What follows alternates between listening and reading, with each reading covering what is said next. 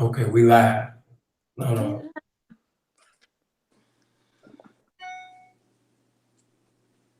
You get a notification? I got Yeah. notification. Yes. Okay. Yes, yes, yes. Hold on. There we go. Good. Cool. Are you seeing me? Because I just see my picture. Uh, I don't see you, Nicole. I seen you at first. I seen you.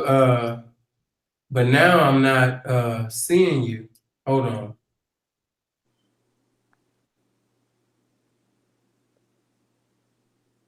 I'm gonna fix everything. I'm like, okay.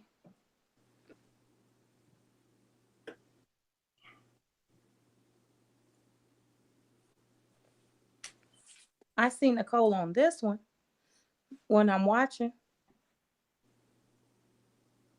Okay, bam. Okay. Um, Nicole, speak right quick. Testing, testing. Hello. Yeah, why is I, your I see the green person. yeah, I just see your profile. Hold on. I see your profile. Yeah. Give me a second. Let me see if I can work. Do you see somewhere on your thing where it says present to everyone? No.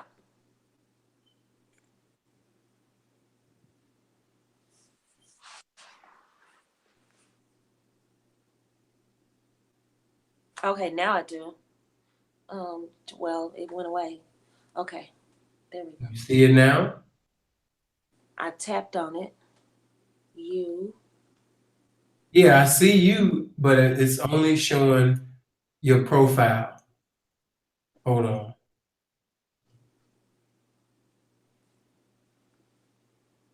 Okay, speak now. Hello, hello.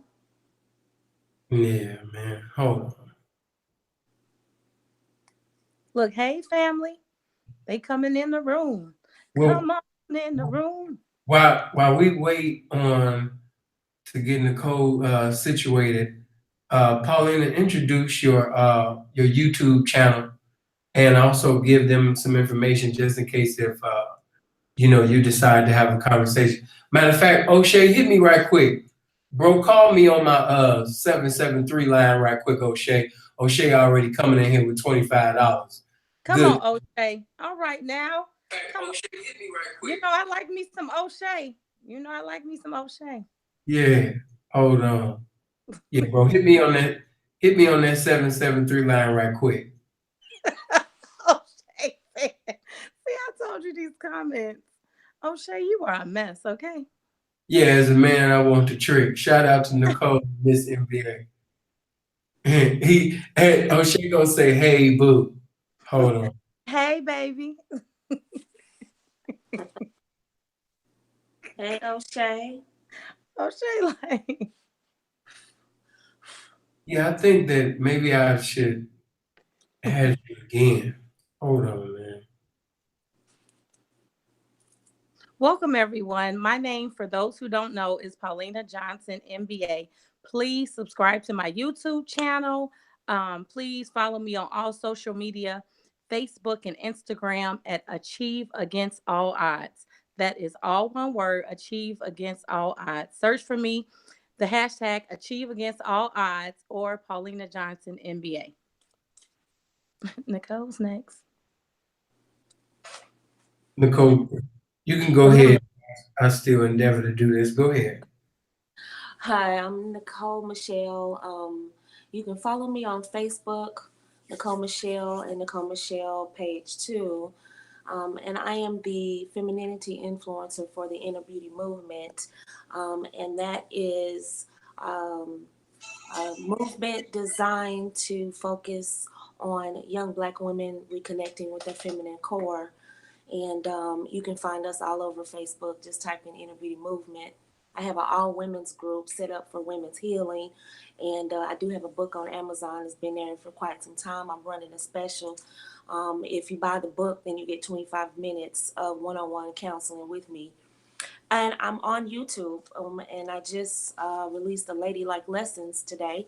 So if you join the Inner Beauty TV by Nicole Michelle, like and subscribe that, hit the bell for notifications, so that you can get every Ladylike lesson that rolls out. And that's just for the people to get a kind of taste of the movement and what we're about.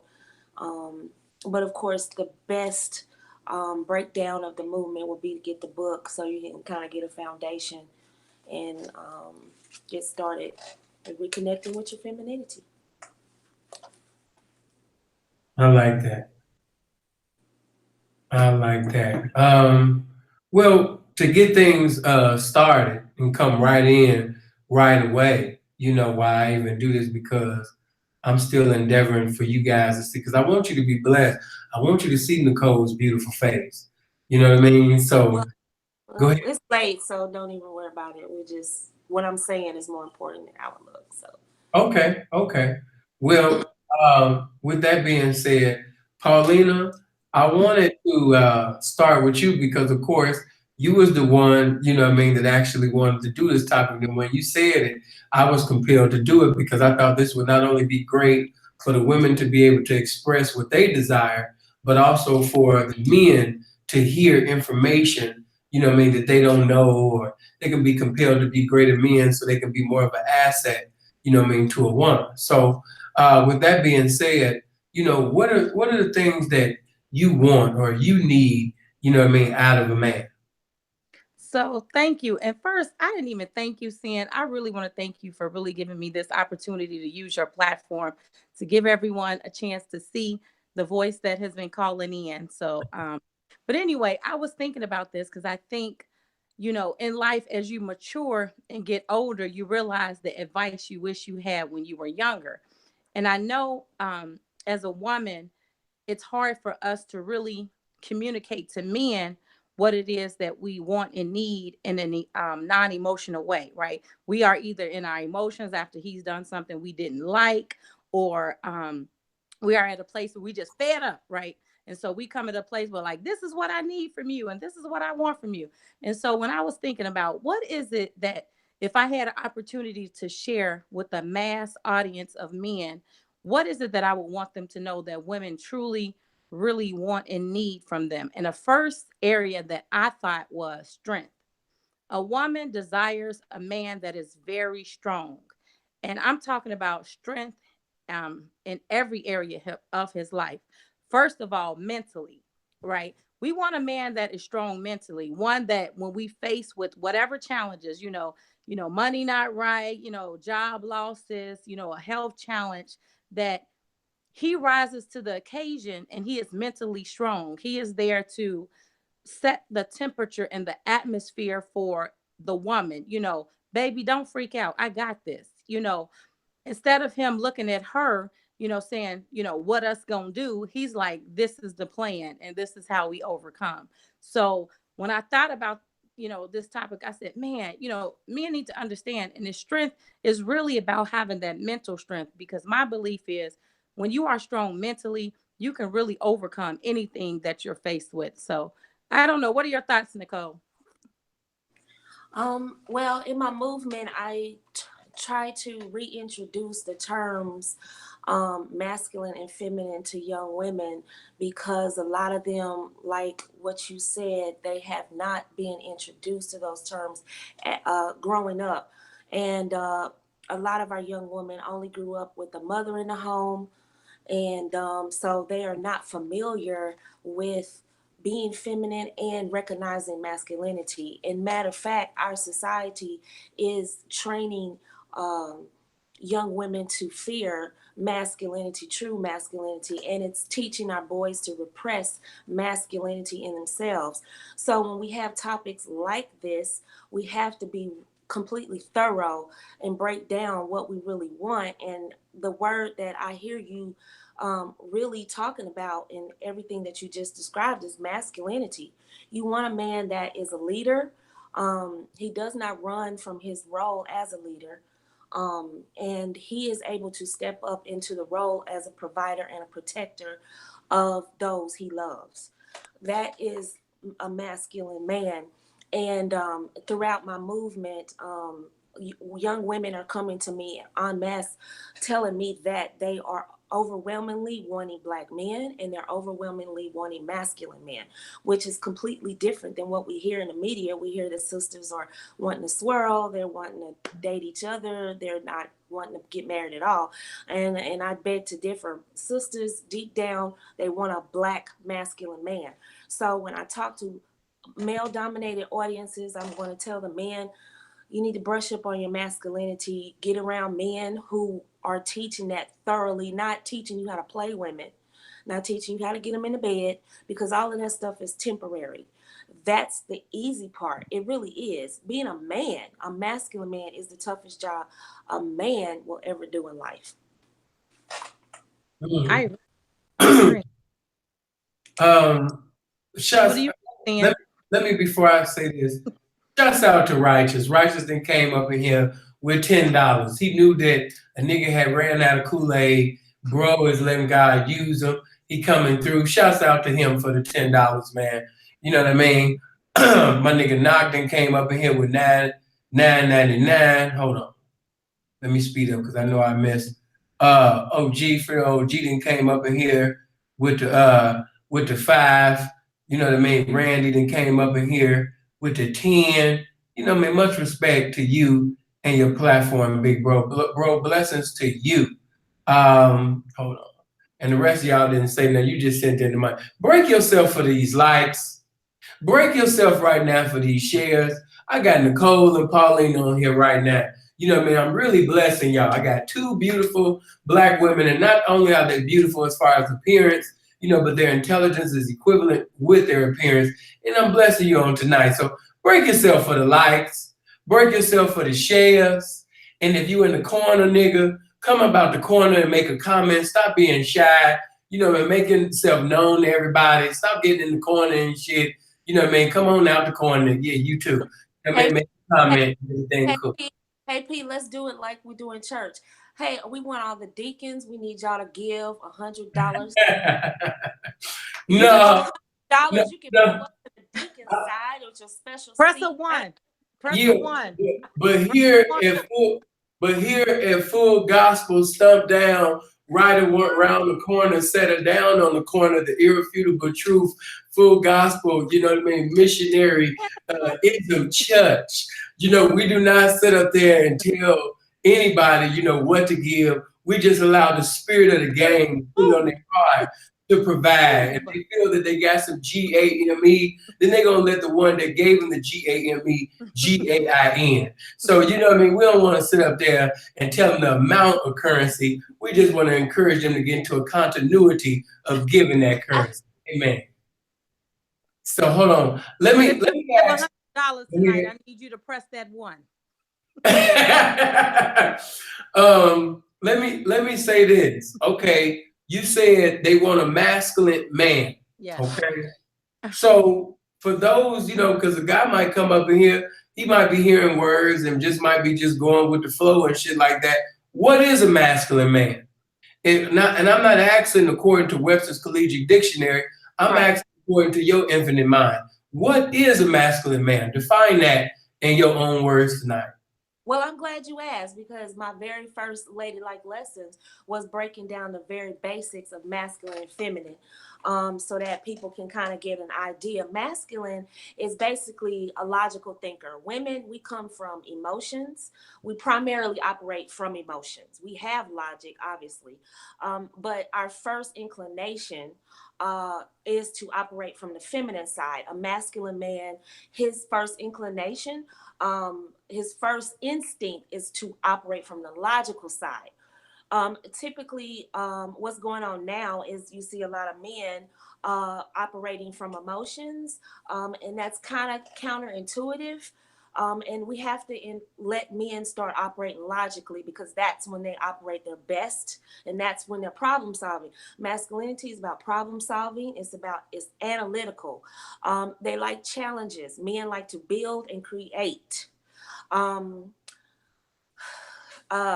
That's pretty much the basics of it. They are the responders to feminine energy. Feminine women are the prime motivating force for a masculine man. There's nothing on this planet that can motivate a masculine man than a feminine woman, period. And this is what's throwing relationships off, because you have a lot of women who are operating like men in their masculine energy, which, you know, we'll probably touch on eventually, but that's what's going on. And so men are turned off and they don't really know why. They just know that after sex, there's not much interest. And that's because when you have two people thinking alike in the same energy, they can't occupy the same space. Even in homosexual and lesbian relationships, there is a masculine and feminine energy. People have to understand that, embrace that. The quickest that Black people in particular get and understand, grasp those terms, masculine, feminine, and decide which one they're going to be predominantly, because we all have a little of the other in us. That's okay. We have to decide which one we're going to operate from. And once we figure that out, then now we know who to attract and who we're not going to work with. And that's what's going on, is we have people who are narcissists, who are both. They're feminine when they feel like it. They're masculine when they feel like it. Typically, you know, women who work in the workforce, they haven't mastered the feminine part of it after they leave work, you know, for an example. When you have that type of dynamic going on, that wreaks havoc on a relationship, because, you know, the man doesn't know how to respond. And if he's masculine, he's completely turned off. So it's important that men not only understand masculinity, but embrace the term, not be afraid to be a man.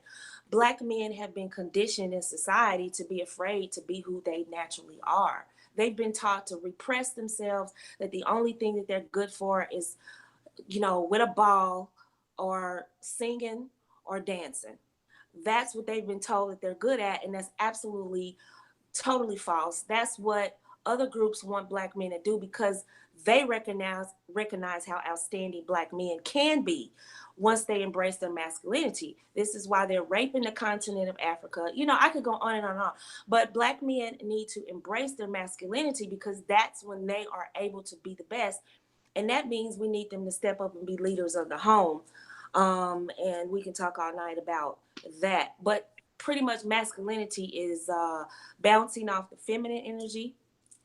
And so my whole movement is about helping women embrace femininity, because once they do that, they trigger or enhance or bring out, motivate the masculine man, all those terms above, and cause him to be the best man that she really wants him to be.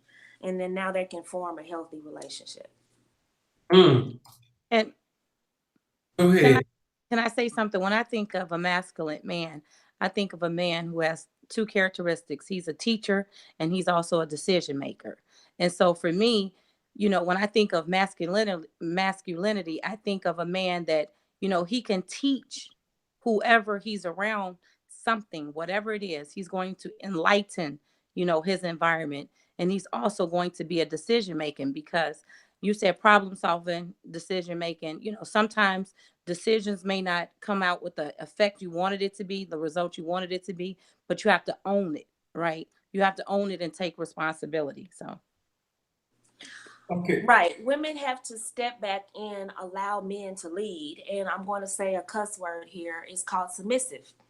Um, I bring this every time I say this word on my page, the meme goes viral, because, and I get a lot of resistance from sisters, and I'm like, you absolutely cannot have a relationship with a masculine man, a good one anyway, outside the bedroom, if you're not submissive. It's not going to happen. Forget about it. Forget it. It's not going to happen. You have to be submissive to him in order for him to lead you, because that's his position. His job is to lead. He can't protect a woman who isn't submissive to him. For example, if you're out and about and someone attacks you or offends you or steps on your toe or something like that, which causes him to want to protect you, and you say, hey, you stepped on my toe or you bumped into me. You saying this to the person who did it, and you're with him, and he's observing this, and he says, no, baby, I got this. I'm going to handle this. And you, no, I got this. I'm going to tell this MF off. And you're not submissive to him and allowing him to handle it, because that's his job as a masculine man, is to protect his loved ones. But because you're not submissive, you've taken over his role. His job is to protect you, and because you're not submit, he can't protect you. So you pretty much open season for someone else to attack you.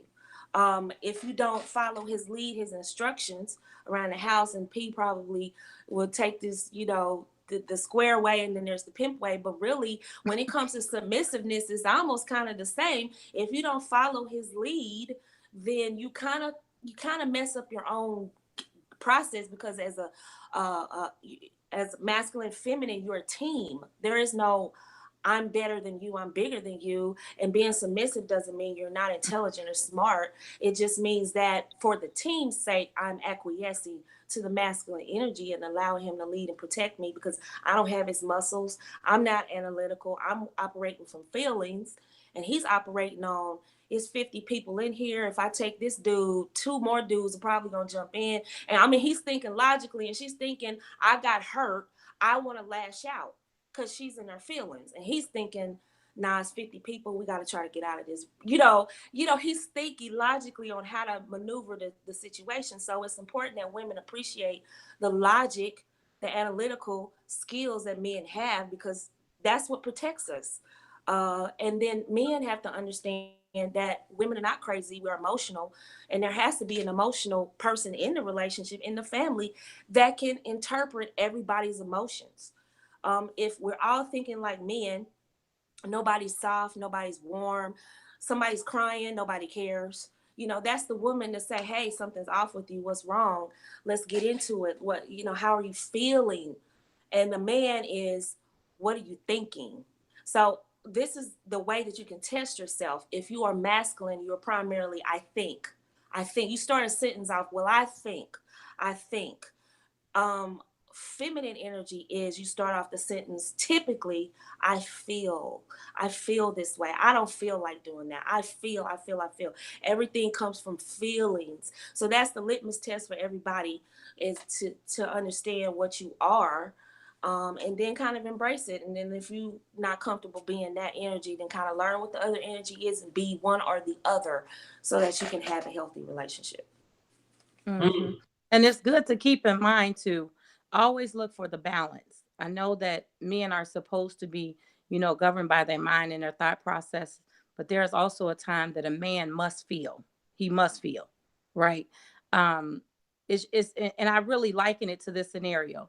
When you go to the hospital and you have a certain surgery, you come out of surgery and they'll say, what's your pain level?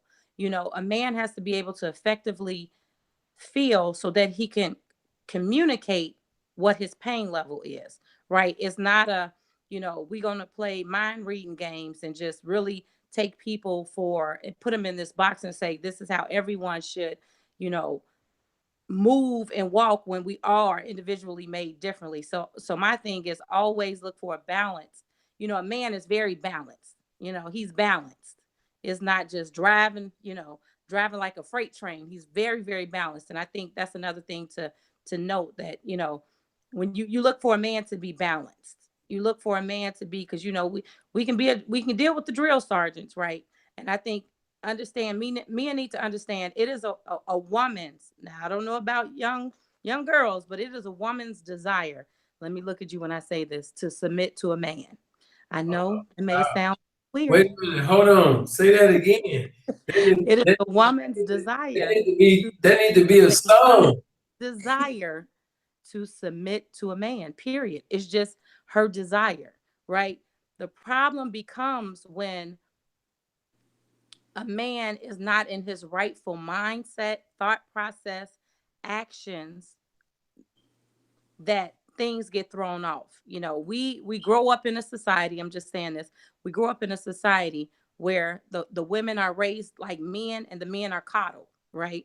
And so therefore, when you grow up and you get in, adult relationships, everything is off, right? So then a woman says, I need somebody to handle things the way I would handle them, because she was raised in a different way. So you got to keep that in mind. It's really about the dialogue that we are sharing, in that men have to first put in that work within themselves before they try to jump into a relationship. If you can't be the CEO or the leader of your own life, men, there's no reason you need to attach to a woman. She won't submit. She just won't, right? If she doesn't see you handling your life in a way that says, I'm a leader, I'm a decision maker, I'm a problem solver, I am leading with logic, I am, balanced in my thinking, she won't submit. And no matter what you guys think, I'm telling you, it is a woman's desire. It brings her joy to submit to a man. So that's So wait a minute, because now this is sounding like a good R&B song. She didn't really went there. It's a woman's joy. Like she got joy unspeakable. Listen to the commandments of a man. You know what I mean? Now, Nicole has said something earlier. I want to ask her a question. And by the way, the links that I used from my Sinful to P Views channel, I want you guys to click on that link. If you're not subscribed to Paulina, you can subscribe to her right now. I'm getting ready to put Nicole's link to her channel as well in the comment section, so you guys can go over there and subscribe. I also want you to hit the bell. Don't just hit the subscribe button. Hit that bell. So when they go live, you can get the notification and join the conversation that they're having in the chat. But Nicole has said something earlier about creating. He's creating. And my question is, what is he creating? When you said that, what I mean? What is he creating? When I asked you to define what a masculine man is, you said he's creating. And I want to know, what is he creating? Well, let me apologize. Let me substitute that word. For building. Building, exactly. I was going to say, well, let me create the moon and the stars. I'm gonna let y'all do y'all thing, but actually that was a better word. If you actually allow the Spirit of God to even minister to you concerning, creating, and then you think about the word, that's all you had to do was expound and say something profound about what you said, and you could have just took off off that creative. You had to switch up with the bill, but go ahead. Well, typically when I'm giving just basic definitions, feminine energy is creative. We're more free flowing. Masculine energy, they build. They're focused on their legacy. They're focused on building something to benefit other people. See, masculine men are always thinking about the group, other people, their loved ones, their job, their coworker. Everything is about other people. And that's what a lot of women don't understand about masculine men. They're very generous, and they're very focused on project. They like projects. Anytime you see a man that's unmotivated, chances are he's either a lazy masculine man who's unmotivated, or he's a beta male. Typically masculine men are motivated. They're looking for something to do, even if it's just stupid, but they have to find something to do to feel like they are achieving something, which is why you have a lot of unmotivated men on the PS4s all the time, because they feel like at the end of the day they've done something to them because they're unmotivated. You have men who will push a lawnmower and you're like, why is he still out there doing that?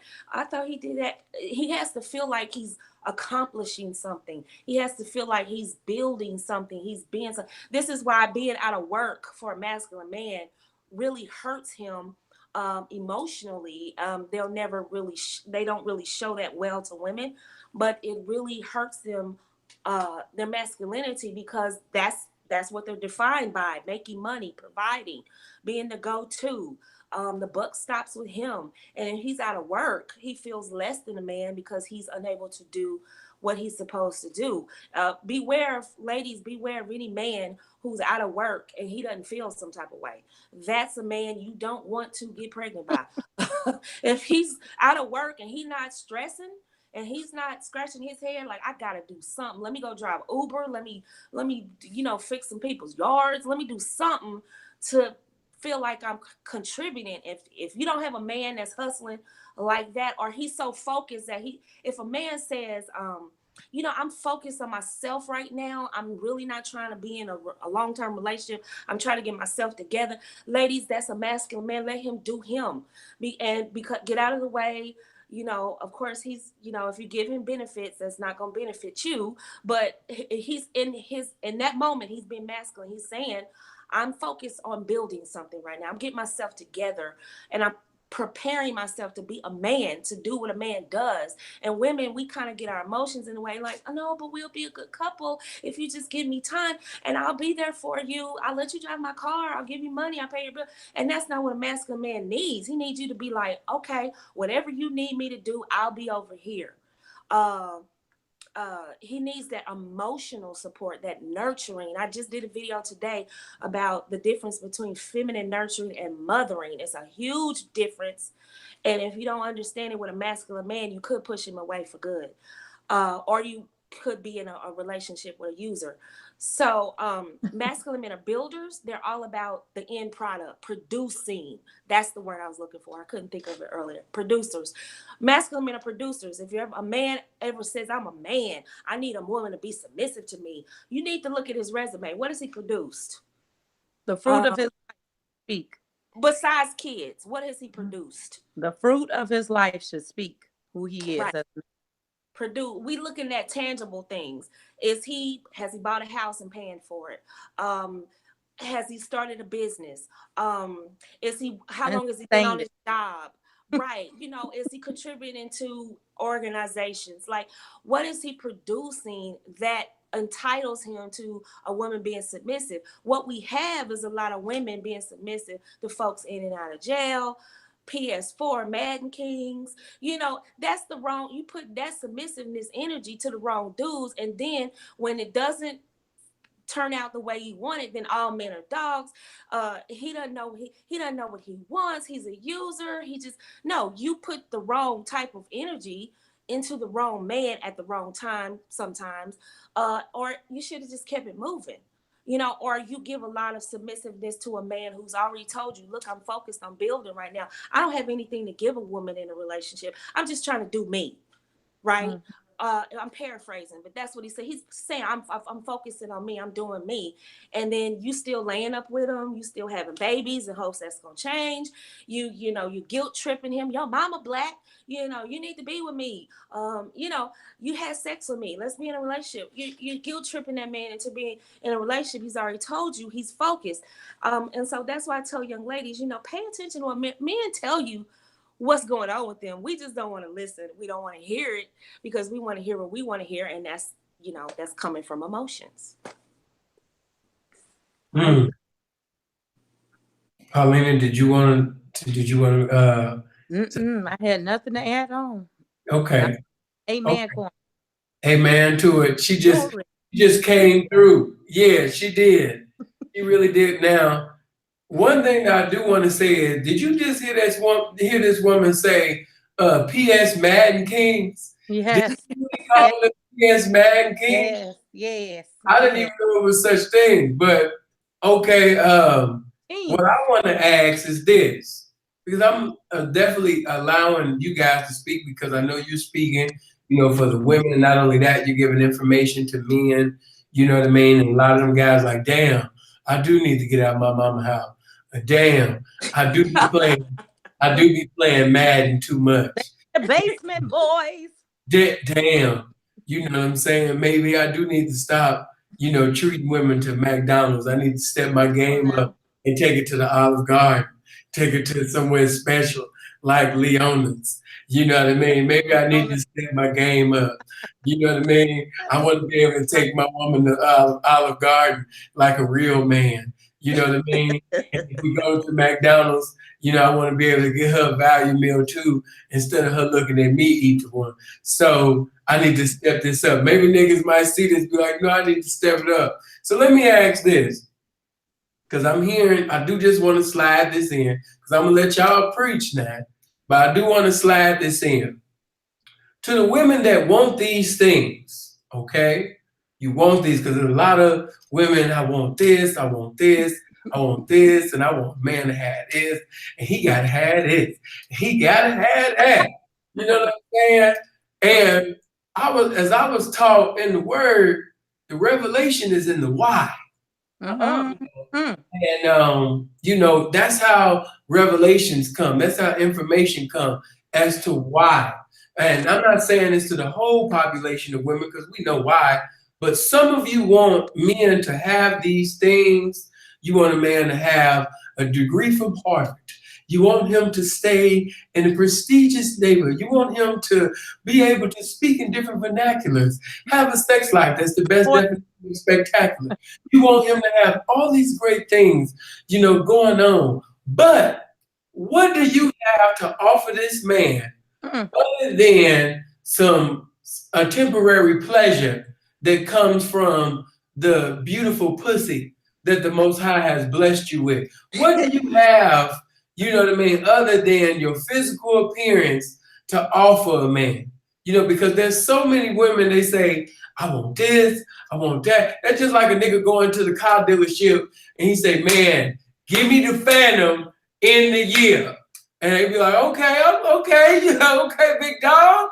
You know what I'm saying? You want that Phantom in the year? Okay, well, how much you ready to put on it, man? What that credit looking like?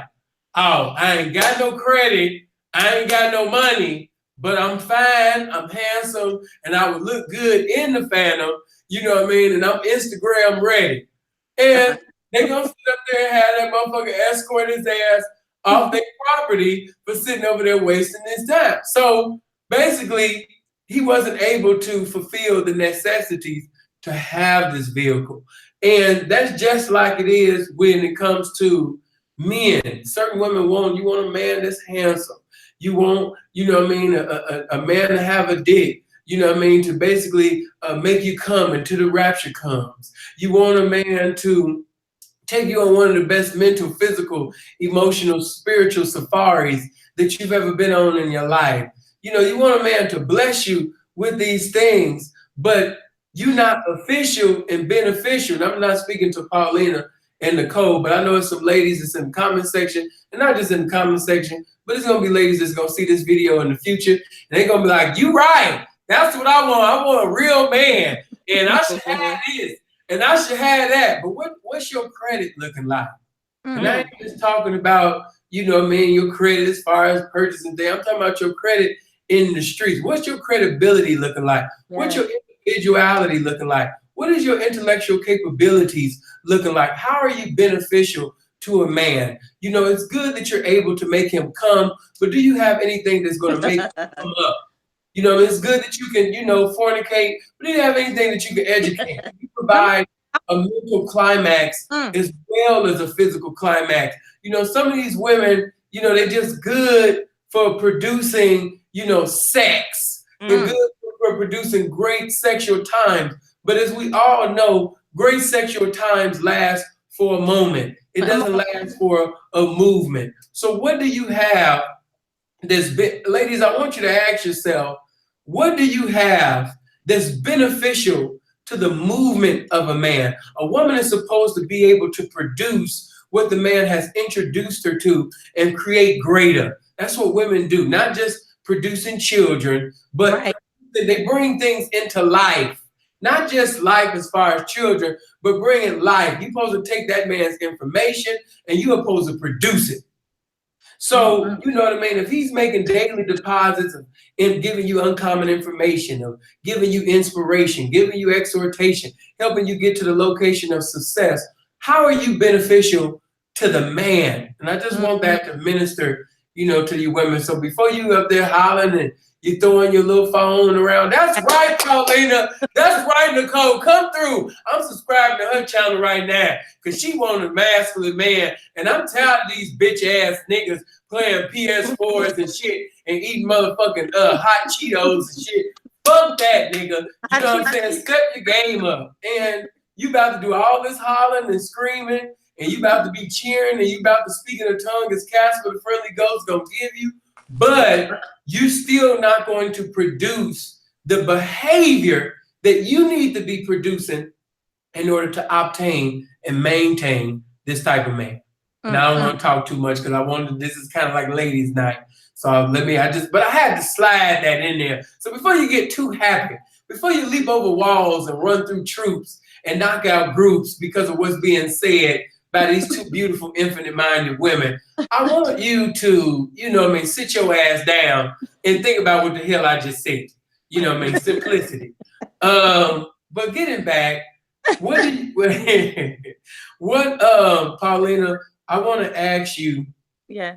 in your past experiences, we want to get a little deep now. Get In deep. your past experiences, can you honestly say that you've been with a man before? Now that you know the Wow. definition of masculinity, you know the definition of a man, you know, I want to know from your personal experiences, have you ever been blessed with a personal encounter, a relationship, or a marriage with a man, or was you with a male that professed to be a man inside of a man's body? I would be very honest to say that I've only been with males. I've never been with a man. That's why I'm Hold on, you were going out, and I need for everybody to be blessed with what you're saying. So I need you to repeat that one more time. Can you hear me? Yeah, I can hear you, and I want them to hear you too. Repeat that one more I don't time. know if someone like turned on their computer and then it's like I'm hearing an echo back. So No, I've been doing the same thing, and you already know. As far as me I said no, concerned. from my experience, I am divorced and I've only been with males. I have not been with a man. I don't know that experience. I've seen it, I've witnessed it in other people. And, you know, me being raised in the church, you know, you would think that that would be, it would be a plethora of men in the church. However, there weren't. And so my have been total male experiences. But I do want to go back and say something. You know, you asked, what is a woman we should have to offer to a man? Because I really want to say something to that. And what I want to say is, as a woman, for me, I can't talk about others. You know, to me, character is very important. You know, a man, I'm offering him my trust of him and his trust of me. You know, I'm an honest woman that, you know, I was made to be submissive to my husband. I know that every skill set that I have developed is just to help my future husband, you know, fulfill the vision that God has given him for his life. But that's the thing, he has to have the vision. He can't be attaching himself to a woman's vision, right? You look at a woman and you say, well, you're at this certain level, you know, I can ride, you know, your wave. That isn't going to work out. So for me, I can say, yeah, you know, I want a man that's financially stable because I'm financially stable. I want a man that have attained certain materialistic things, a house, a car, you know, certain things, because that is what I'm bringing to the table. So to me, I don't endeavor to be with someone who is in a stratosphere that I'm not bringing at least that to the table. As it relates to loyalty, I desire a man that is very loyal, and because I am extremely loyal to the point of disregarding myself at times because I'm being loyal to someone else. So I just wanted to say that, and I do want Nicole to say that, to give a few characteristic traits that she would offer so that women who are watching this understand that, you know, you should endeavor to bring the best you know, endeavoring to be with somebody and you have nothing to bring to the table. I believe that, you know, my professionalism is something that I bring to the table. I believe my sense of humor. I believe, you know, my beauty inside, not focusing on the outside.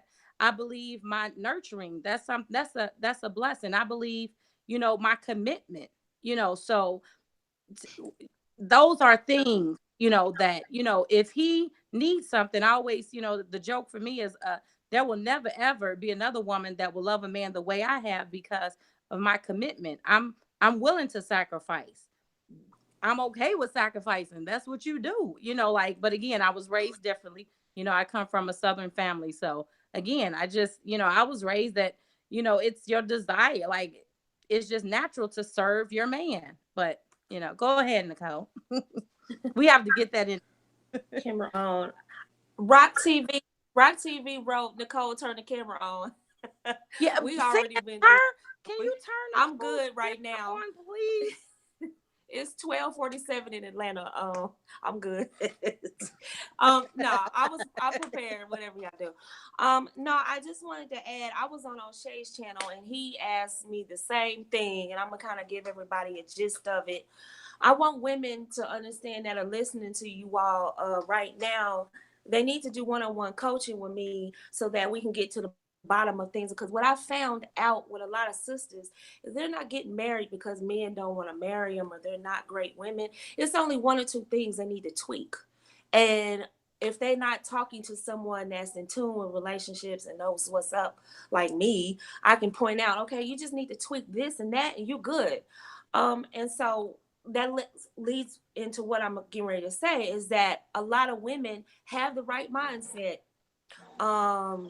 They are just choosing. I don't want to put this all on women, but I think we love hard and we want to see the good in some of these men, but we don't know when to walk away, and we need to just and I'm guilty of that. I'll be transparent. Once I fall in love, it's there, and it's hard for me to say, you know what, I'm done with him. I've given it all. But sisters, we had to learn when to walk away, and simple things that women can do. I hear a lot of things. I deal with women on a daily basis, and one of the things that I hear a lot is a man needs to be able to. I have a house, he need to have a house. I make 40,000, he need to make double that, or he need to make that or more, and I'm this and that. All of this is great, but then when I start going over their resume, I ask them simple questions like, can you sew a button on a shirt? Right. And then they look at me with like deer in the headlights. I'm like, something simple like, can you sew a button on a shirt? Let's say you're at the hotel and you're getting ready to go downstairs to the event. He pops the shirt on his button. I mean, he pops the button on his shirt, and you can't. He needs somebody to fix it right now. The concierge is closed. Cleaners is closed. He needs you to help him right then and there. It's small things like that sisters just kind of overlook, and they think just cooking and having a big butt is all they need to do, and it's really not. It's such a very impactful question. Okay, well, let me, before I even keep on talking, we have the lovely, Hillary. Hillary has joined us. I want everybody to take a time out right now to give God praise for the big ass, fine, attractive, intelligent, in shape Hillary. Let's take time to give God praise for creating, Hillary's big head ass. Thank you, Lord. But you could have sit up there and gave us somebody else, but you chose to bless us with Hillary's big head ass, and we thank you for blessing us with Sister Thickness. So, Hillary, hi, everyone. Hi. Hi, Nicole. Hi, Helena. Hello. Hi, Sin. Hey. So I had a chance to listen, and one thing that I feel, I was listening to Sin, and he mentioned, women want all of these things, but what do you have to offer at the end of the day? Which is important, but one of the things that first came to mind was how women choose a man, and some don't really have that growth mindset in mind. They don't really think for the long term. They think of for the here and the now. So I know I'm kind of coming in late to the conversation. I don't know if you guys really talked about that or just went over that, but I do know that a lot of women, they don't really think about what or where they might be 5 or 10 years from now with the same person. They just think of what they have to offer, what they look like in the moment, and oftentimes that leads to something that doesn't really bear much fruit, and things kind of turn. They don't really end up in the best situation, because it's just something that's self-satisfying, just here in the moment. So what do you guys think about that? I agree. Hold on, before y'all even came in, my brother O'Shea just came in here talking about who ankles can I rub from the back? Not from the front, but from the back. O'Shea. Do y'all want me to rub from the front O'Shea on that good shit. He's showing you the real. He trying to sit out there and rub your ankles from the back. And I know he wanted me to say it like that. Hillary O'Shea rub on your ankles from the back, not the front. You ain't got nothing to do the front, but just the back part, baby. Well, the Magnificent says in 2018, women need to know more than sew a button on a shirt. They ain't gonna get no man nowhere in this day and age, maybe in the 60s. Let me explain something to you. Everything isn't technology based. Sometimes we need to know the basics of running a home. A lot of times we take for granted simple things like being able to cook vegan, being able to cook low sodium meals so that our husband doesn't get sick or our children don't get sick, learning how to make chicken noodle soup instead of buying Campbell's. There are certain things women have lost the art of being a woman. If we don't regain the knowledge of learning the art of being a woman and embracing femininity, what do men need us for? That's See, true. it's easy for people to say, well, you don't need to sew no button on the shirt. Yeah, you do, because you may not always afford the cleaners. You may not always be able to afford premium care for your clothes. And if your woman is able to sew, then I'm not saying that's a requirement for a wife. I'm saying these are things that you can add on to why he can commit to you over the 10 other chicks that's calling him. See, when women start breaking down, okay, what I do periodically for myself, and I tell the women that I coach, and I'm giving y'all free information right here, take it. You do a pros and cons of yourself. The pros, what are my pros? And be honest with yourself. Nobody's going to look at this list but you. What are your pros? Well, I'm in shape. Put that down there. What's your cons? I need to lose 20 pounds. I mean, I'm just breaking this down. What about looks? Well, I'm over 40. Okay. But the cons, the pro side is that I have a lot of experience that I can bring to a relationship. The con side, I could probably work on my credit a little bit. There's a couple things I need to fix. The pro side is I know how to budget now. I've got some savings, you know what I mean? I traveled a little bit. That's a pro. A con is, I haven't been outside the city. I don't know anything about traveling. I'm not good at conversation. Black women have to learn how to have a decent intellectual conversation besides TV. Read a book. Read the travel section of the newspaper if you read the newspaper, or websites that highlight different parts of the world. Read about the arts, music besides hip hop and rap. There's nothing wrong with that, because we, as Black people, we started those genres. So I'm absolutely not talking bad about our own. What I'm saying is broaden your horizon so that you bring more to the table. You're more than just a one-dimensional woman.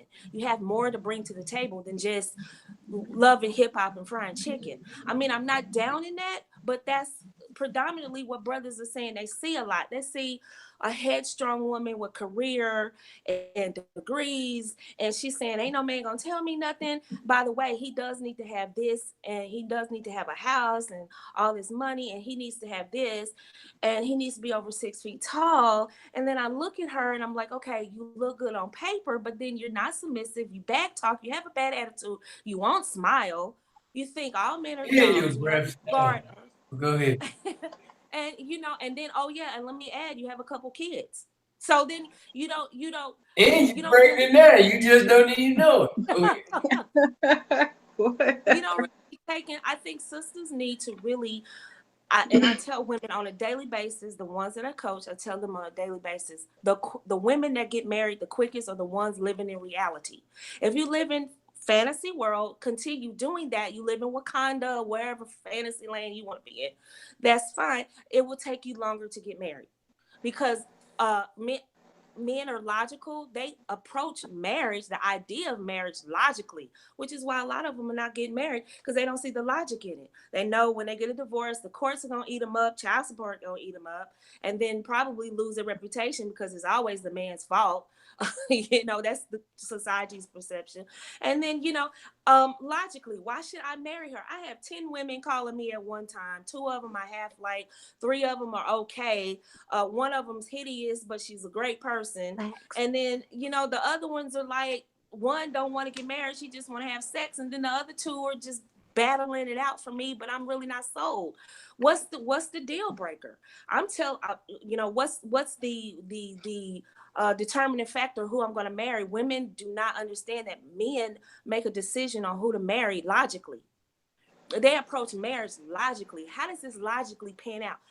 I have feelings for her, but that doesn't mean it. We see men in relationships with women they care about all the time and never marry her. So it's not men choose wives just because they love her. See, women think that men choose wives solely on the fact that he's in love. That's not happening. They can be with a woman for years and never marry her. We see this all the time. Men choose wives based on love and logic, and sometimes it's just logic, which is why some of them cheat, but that's deep game. Anyway, they choose women on logic, and doesn't make logical sense. Is she a nurturer? Will she seem like a good mother to my children? How does she treat herself now? Is she a good steward of her own body? How does she talk to me? Well, she talks to me crazy now, then when we get married, it's not going to get any better. Right? If she slept with me on the first date, then how many other dudes has she done that with? I don't want the neighborhood chew toy. I want a woman that I can actually walk around that's respectable, that everybody's like, wow, you bagged her?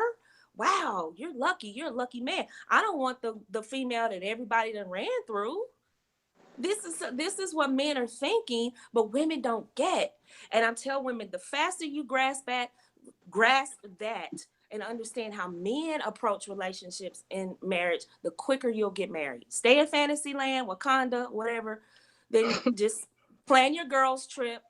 Get your cruises with your girls, because that's what it's gonna be for you. Get your couple cats, calicos, and just chill, because that's what it's gonna be for you. Black men are the easiest men to get, and I don't mean it easy as in y'all not intelligent and smart and worth it, but y'all easy to get, meaning you guys' standards are a lot lax than other groups of men.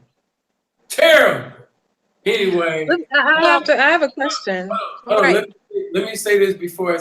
O'Shea came up here with $11, and he said he got that sesame seed anointing oil.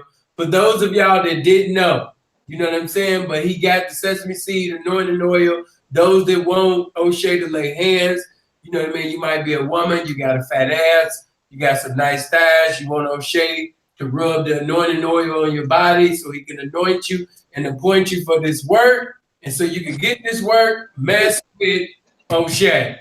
Okay, hold on for a minute. Okay, I see Coco then came up in here. You know what I mean? Now, go ahead, Hillary. You wanted to ask something. Go ahead. I was going to ask Nicole why she thinks men or Black men's standards are a whole lot more lax than other colors and races of people. Black men are raised by Black women, so they're told that you do not challenge a Black woman. You don't challenge her when she's young. You don't challenge her when she's your girlfriend or your wife. You don't challenge her when she's older. You don't challenge her if she's your mother. You don't challenge her if she's a teacher. You don't challenge Black women, period. So that allows Black women to pretty much have carte blanche to act however they want and not get challenged and not get told. Other groups of women, they have they're told how far they can go, and they know this. They know this from a small child, how far they can go with a man and keep him. And this is why you don't see a lot of Asians acting up in public. You don't see white women, the decent ones, upper middle class, upper middle class, acting certain ways in public.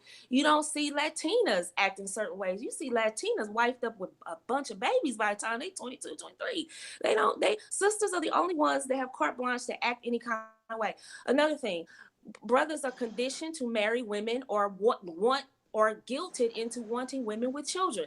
They are the only men that are told you don't have the right to have a legacy. You don't have the right to start fresh. You don't have the right to demand or command or tell or even vocalize the fact that you want a woman who comes to you with no children. Black men are the only ones told this. All right. Now, we can argue all day that Black men have challenges. We know that. We've been talking about that for 50 years. But when we shine a light on sisters and say, but y'all come into the relationship with kids, it's already hard out here financially. Now you telling him that a brother with no kids, I did a Facebook Live about this very thing. You telling a brother with no children who works every day, he is not in and out of jail, he's not breaking laws. You telling him he's less of a man because he won't marry a single mother? Are you insane? That is not what you tell a good masculine man, a Black man, that he's better or he's no good. It's one thing to down Black women and just dog them on the internet. It's another thing to flip that. It's another thing to tell Black women that, no, you can't say that. You can't do that. See, Black women have carte blanche to dog men day in and day out. I see the memes on my face, on my timeline, going in and in and in on brothers. But the minute we say sisters have to be challenged on this, the sisters' areas of opportunity is that, then all of a sudden everybody's ears perking up. What? You talking Nicole? about sisters, you're bashing. Nicole, I have a question for you. Mm-hmm. Because I know you have very strong opinions about the way that a lot of Black women carry themselves that can be quite problematic in terms of them trying to find a mate. Why do you think that is? Why do you think a lot of people feel that Black women might not be or exude femininity? Why do you think they're having, or we are having the trouble, or I can't even include myself in that, honestly, but why do you think that's such an issue? That actually never, and before I let you finish, I don't, some of these things, like I really, I understand, but I don't understand how a woman could continue, and this is just my opinion, how a woman could continue to have issues with tapping into her feminine essence. Yes, you have children. Yes, you work. Yes, you do things that might require or might, typically be a man's task to do. But I don't understand how the femininity gets lost in translation with all of these duties. So from your experience, and also I think that like where you're currently located, like from what you've been exposed to, depending on, I guess, what you see every day and the population that surrounds you would also shape your perspective. So I know that's also a factor, but why would you say that it's so difficult for Black women to be so feminine, I guess? Well, I do travel outside of Atlanta, and Hold, I can. hold on. Before she begins, Nicole, please make this short because I don't want to go to different planets. I want to stay on this topic, and I want to open up the phone lines, you know what I mean? Because I already know that's going to reveal a lot of information. Y'all going to have different opinions, you know what I mean? And I already know her opinion ain't going to have dominion over what you think. Her opinion ain't going to have dominion over what you think. So, you know what I mean? Please, summarize that up, bless her a little bit, and let's get right back, to the topic. I don't want to go to 33rd Street. It's good that we at 99th trying to get to 100. You know what I mean? So go ahead and bless her right quick. Well, just real quick, and I talk about this in my book, and I've been really attacking feminism lately, but Black women may not identify ourselves as quote unquote Black feminists, but we subscribe to their ideology, which is a lot of where the attitude comes from. We've had almost three generations of Black women raising Black children without a man in the home. What happens when there's no balance is they see a woman doing it all. They see her primarily in masculine energy, and as a result, the girls pick up the same attitude. And it's a very hard exterior, because when there's no man around, you're unprotected, which leaves you open to predators. And a lot of our women have been touched inappropriately, molested. So that's part of the attitude. Let's not, mull over that. So a lot of our sisters are walking around emotional wounds that just open, gashing wounds. And when they talk, I hear it and I'm like, please let me do one-on-one coaching so I can help you get through this. You are not going to have anything healthy with a man with this wound. And sisters, they actually believe that they can have a relationship because Tyler Perry told them in his movies that a man like what's his name, Boris Kojo, is gonna come in your life tall, handsome, and he's gonna solve all your problems because he's gonna love you past your attitude. He gonna love you past your 3 kids. He gonna love you past your debt. He gonna love you past your stretch marks, and y'all gonna live happily ever after because he's gonna love all He gonna love and you all. beyond your bullet wounds.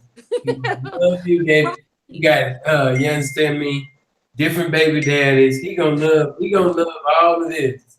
And men are not your therapist or your father. They're not even wired to do that. But sisters somehow believe that this man is going to step in and pick up where daddy left off, or baby daddy left off, or Tyrone from the 6th grade left off. It does not work like that, ladies. Feminine women have to heal because we are the warmth of the world. That's the beauty of femininity, is we give that off, and that entices a masculine man to say, hey, she's different from all the 50 other brides I've been with. I want her. There's something about her that touches me in my heart. You can't touch a man in your heart, in his heart, if your heart is hard. It's not happening. It won't happen. And you know what? Did that give you a little bit, Hillary? A little bit. Yeah. A little bit, yeah. Yeah, a little bit, yeah. A little bit. Okay. Okay. Well, look, we can do another video at another time, and I'll let y'all debate and really, take off the heels and go at it. Okay. Now, Paulina, what I did you enjoy say? listening and learning. I was going to say that that's another thing when you think about where for a woman, what she really wants from a man is she want him to listen. She want him to be sensitive to who she is as a Black woman, to be sensitive to, her history, her family history, to be Right. sensitive and really try to get to know what makes her tick, to not put her in a box and say, well, you should act like this person or you should act like that person. To say, let me get to know this woman, to not put her in the category as the ex, to not put her in the category as the ex-wife, to not put her in the category as his mother who used to do something to him that made him feel some type of way, to really try to listen and understand that woman so that he can walk in wisdom and lead her properly. So Hillary, you looking like you want to say something before I open up these phone lines and allow people to call in. Did you want to say something, baby? Well, I do want to say that I enjoy listening and learning from all different perspectives and outlooks. And I don't have any children. I've never been married. I have had those opportunities. I have had long-term relationships. And so when I listen to these lovely ladies share their experiences and their perspectives, or that's shaped their perspectives on certain topics, it helps me to, apply it to something that might, come up for me in one way or the other. But I know that some of the not concerns, but some of the things that the topics that you've talked about, like femininity or expectations, like unrealistic expectations that a woman might have for a man when she has baggage, or if she doesn't have a certain level of education, what does she have to contribute? Those types of things. Sometimes it's just kind of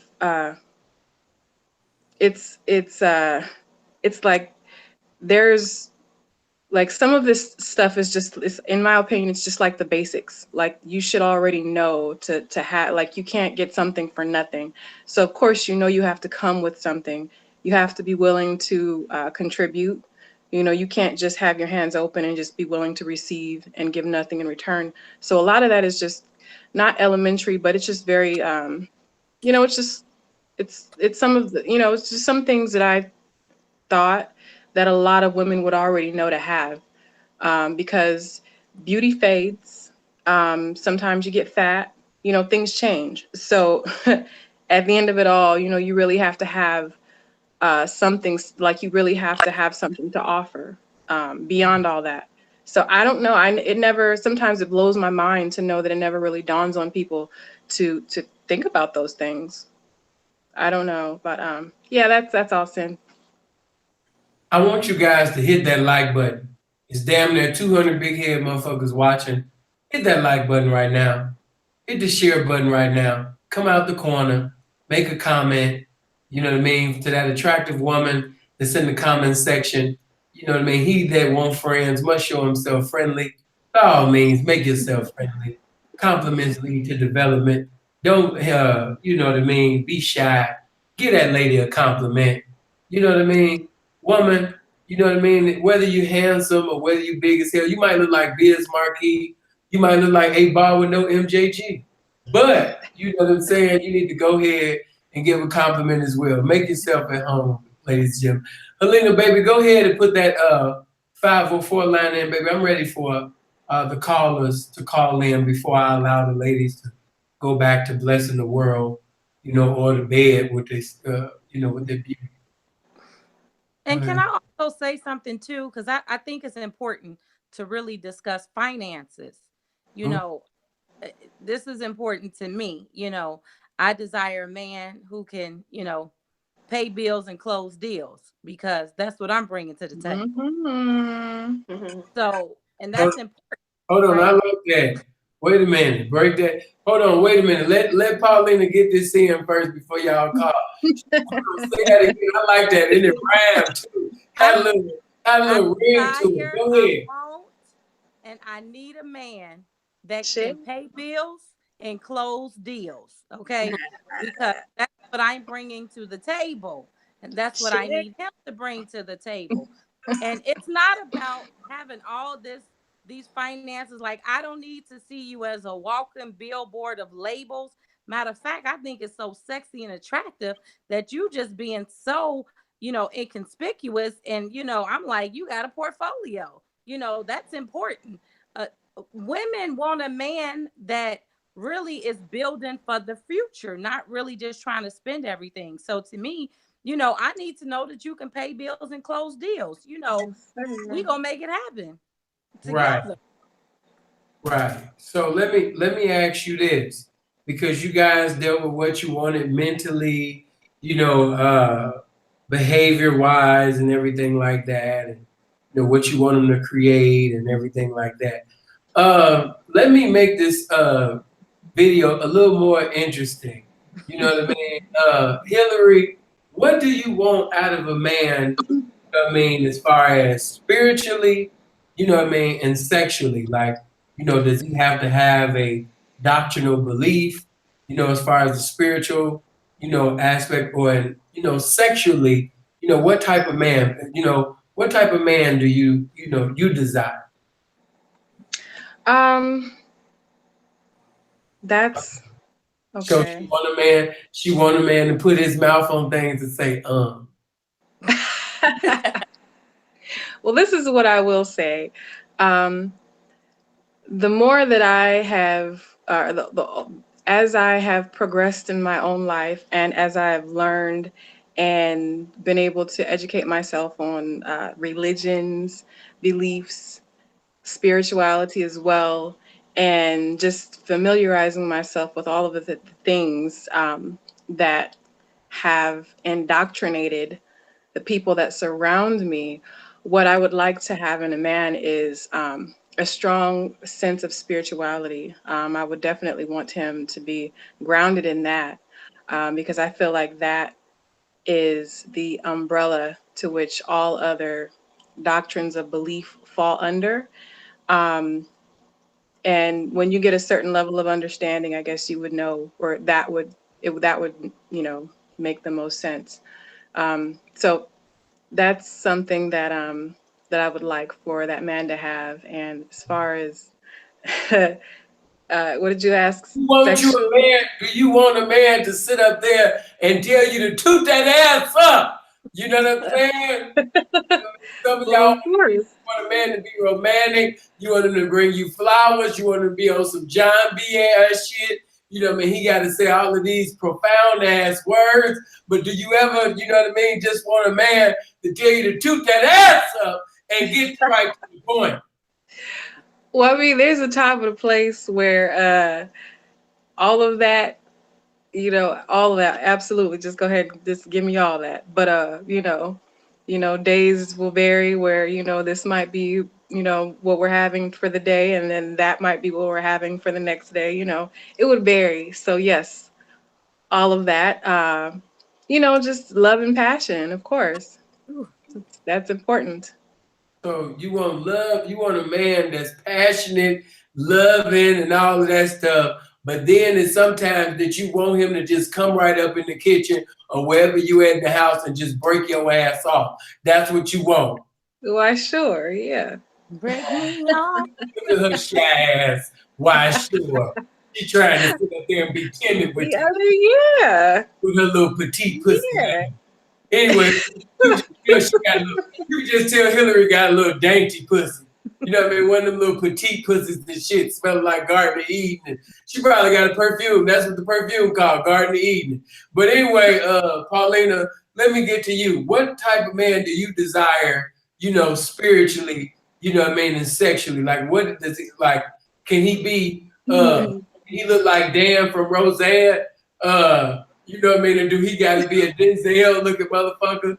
You know what I mean? Do you like you the Malcolm X kind, or you know what I mean? Or do you want the shirt and tie brother?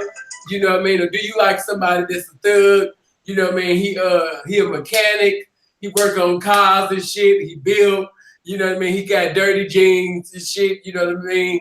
But he take care of business though. He get the paper and he know how to break you off. He probably can't spell his name on a smartphone, but he got hustle about himself, and he know how to sit up there and cook and break you off. You know what I mean? What type of man is you trying to have? You know what? It's so funny because when I was younger, I'm like, he has to be a Christian. He has to be this. No, a lot of people profess to be Christians and they not living up to nothing in the Bible. They pick and choose what they want to abide by. So no, he needs to be spiritually grounded. He needs to have his own relationship with the Creator, with God. He needs to have a vision for his life. Yes, he needs to be able to make love to me like it's the end of the world every night. Period. Facts.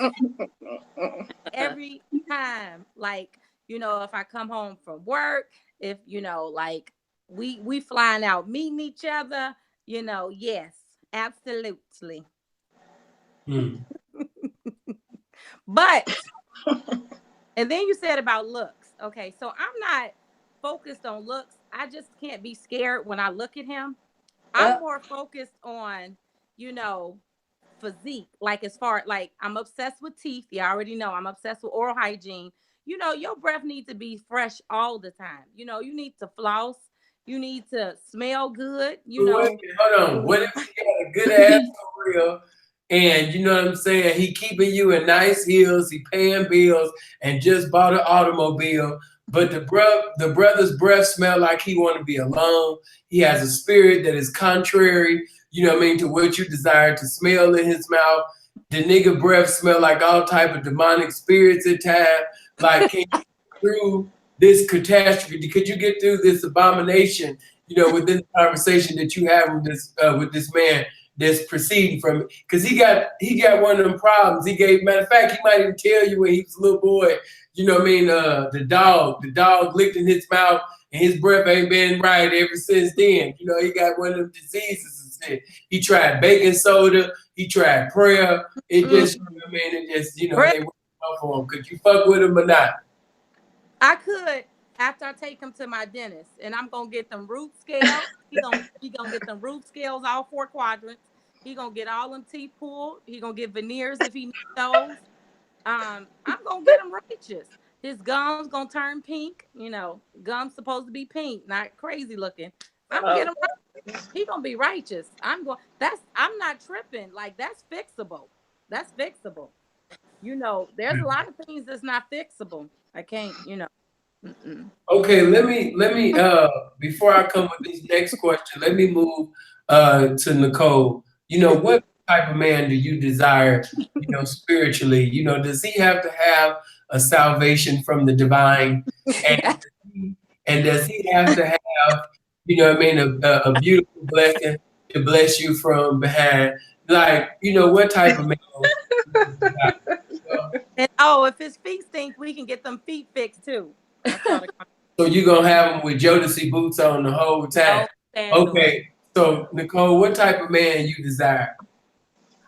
Well, to be honest with you, I'm not even trying to be funny. I've taken a year off of dating and relationships right now because I'm trying to build this movement. And so I'm so serious. I'm not even really dipping and dabbing right now. I'm just doing me and building my movement. But rest assured, my name is Nicole Michelle. Once I snatch his name on the back of mine, he's all that. He will be all that, because that's why I purposely left my last name off, to show the world when I get married this time, it's forever, and he is all that. God really did stop the show with it, as O'Shea would say. He really did stop the show with this brother. Trust and believe. So. Okay, well, let me ask something that that you said things that can't be fixed. Things that can't be fixed and things that can't be fixed. So what I want to ask y'all is, what if Paulina, what if he do got stanky ass feet? What if he do, every time he take off his shoes and socks and shit, he be taking you through, changes and shit. And not only do he got stanky ass feet, he like to put his feet up and rub them together and click his nails and all types of shit. Baby, go get me some lemonade. You know what I mean? Can you deal with him or not, baby? But let me tell y'all what I'm gonna do. I'm gonna get some talc powder. I'm gonna get some bleach. I'm gonna get some compression socks. I'm gonna make that mixture, and he's gonna be having them compression socks on till he kill that fungus. And then I'm gonna take him to a podiatrist to get them toenails cleaned out because he got fungus growing. It's a reason why his feet stinking. It's a sickness that can be fixed. Well, you know what? No, that's not right. That's not right. You can't go around like that. Like, if your feet just stink and you're just unkempt, and I can't clean you up. Like, I can't do that. Like, you should already come correct. Like, you already know. Like, that's insulting to me. Why would you do? Excuse me? Like, I know. Like, everything should be decent and in order. So a nigga can't sit up there and put a size 13, 14, and 15 size feet, up on your legs and say, babe, you know what I mean? Go ahead, rub my feet, girl. I done had a rough day. You know what I mean? Go ahead and talk to me. You know what I mean? And feet just stinking like a motherfucker. He got them Ginsu knives and shit. You know what I mean? Like, can you know what I mean? Could you rub through the pain? I mean, after a long day, he's a hardworking man. His feet might have worked up a sweat and then, they stink or whatever. But, if he's just waking up and they smell like death, like, that's unacceptable. So that is when I can't partake in that. Like, I can't do it.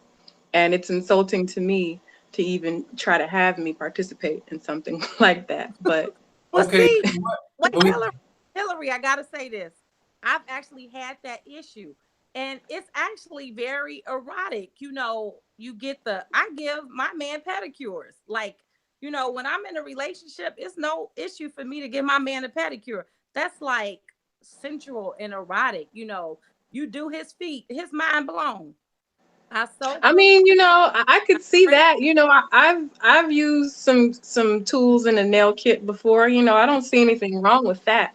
But if you're just coming like where you're just very lax in your self-care, like, I don't understand that. I don't I don't get it. That's just not right. That's very inconsiderate of the Damn, people around you. that nigga got some inconsiderate ass feet. God damn. Hell no. That's wrong. Oh shit, That's that nigga got selfish. That's not. inconsiderate feet. God damn. Niggas be Mm-mm. pulling out them inconsiderates on y'all. So let me ask Nicole. Nicole, can you, the man that you gonna be with in the future? Because I know you said he got to be all of this. You know what I mean? He gonna have, you know, this. He just gonna be designed by the divine and everything like that. But what about if the man that was designed by the divine, you know, what if he got stanky ass feet, uh, uh, and he got a little dick. You know what I'm saying? His dick is shorter than, you know what I mean, a young person's future sometime on the south side of Chicago.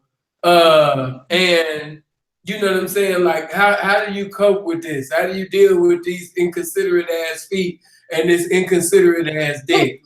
How do you press towards the mark for the prize of high calling? With this? No, Lord. Well, I'm gonna tell you what I tell women with that I coach, that everybody has some flaws. Everybody has some things about them that we wish would be different. And you have to look, does his goods outweigh his bads? Like, if he's, his feet are just not his best attribute, but he's loyal and he's protective and he looks good, except when he takes off his shoes, then sometimes you just got to be like, okay, I'm gonna have to help him out, but that's not a deal breaker. And I think a lot of times with sisters, we be like, oh, that's a deal breaker, throw him back, toss him back, and then we forget, like, we have some things about us that we need to fix too. So, not to turn this on women, but if once I present this man to the public as me, as being my husband and my leader, number one, he's going to be a builder. That's off tops, because I'm building. I'm actually creating something for women. His feet look like he building, but go ahead. You know what? I haven't had that problem. You haven't had, but what if God called you to be with somebody who got a dynamic ministry? He can preach, he can teach, he can sing. Why y'all trying to but marry he's me? short. He's short. He got this Danny DeVito thing going on, and his feet is the best definition of stank. You know what I mean? And he be doing, as the brother say, he be doing the stanky leg in the spirit around the house. You know what I mean? You know what? My ex-husband, and he's a great guy, so I'm not dissing him at all. He was an excellent provider, all those things that I listed before. But he did have a challenge with his feet. God bless his soul. But when we got married, he was a Marine. He was a former Marine, and when they wear those boots, it does a number on your feet. And I was like, right, okay, we're gonna do something about that. And he was like, I know, I got boot feet, I know, I'm gonna get it right, I'm gonna do it. And he knew my reaction was just like, for real, that's how you doing it? Like, but eventually I learned to look past that, because he took showers, he took care of himself. It was just his feet just had an ugly look. And I was like, as long as you're not wearing sandals, we straight. Like, he's over 6 feet tall. He's this big, massive, muscle-bound guy. And, he didn't have on, I knew his feet was messed up. Everybody else didn't know. So I didn't care. He looked good in his clothes. We had a nice little family look. So, ladies, sometimes you just have to like Paulina said, look, I want the guy. This is just one thing I got to deal with. Let me just do what I can. And you can make it fun. Y'all sitting over here making stank ass feet fun.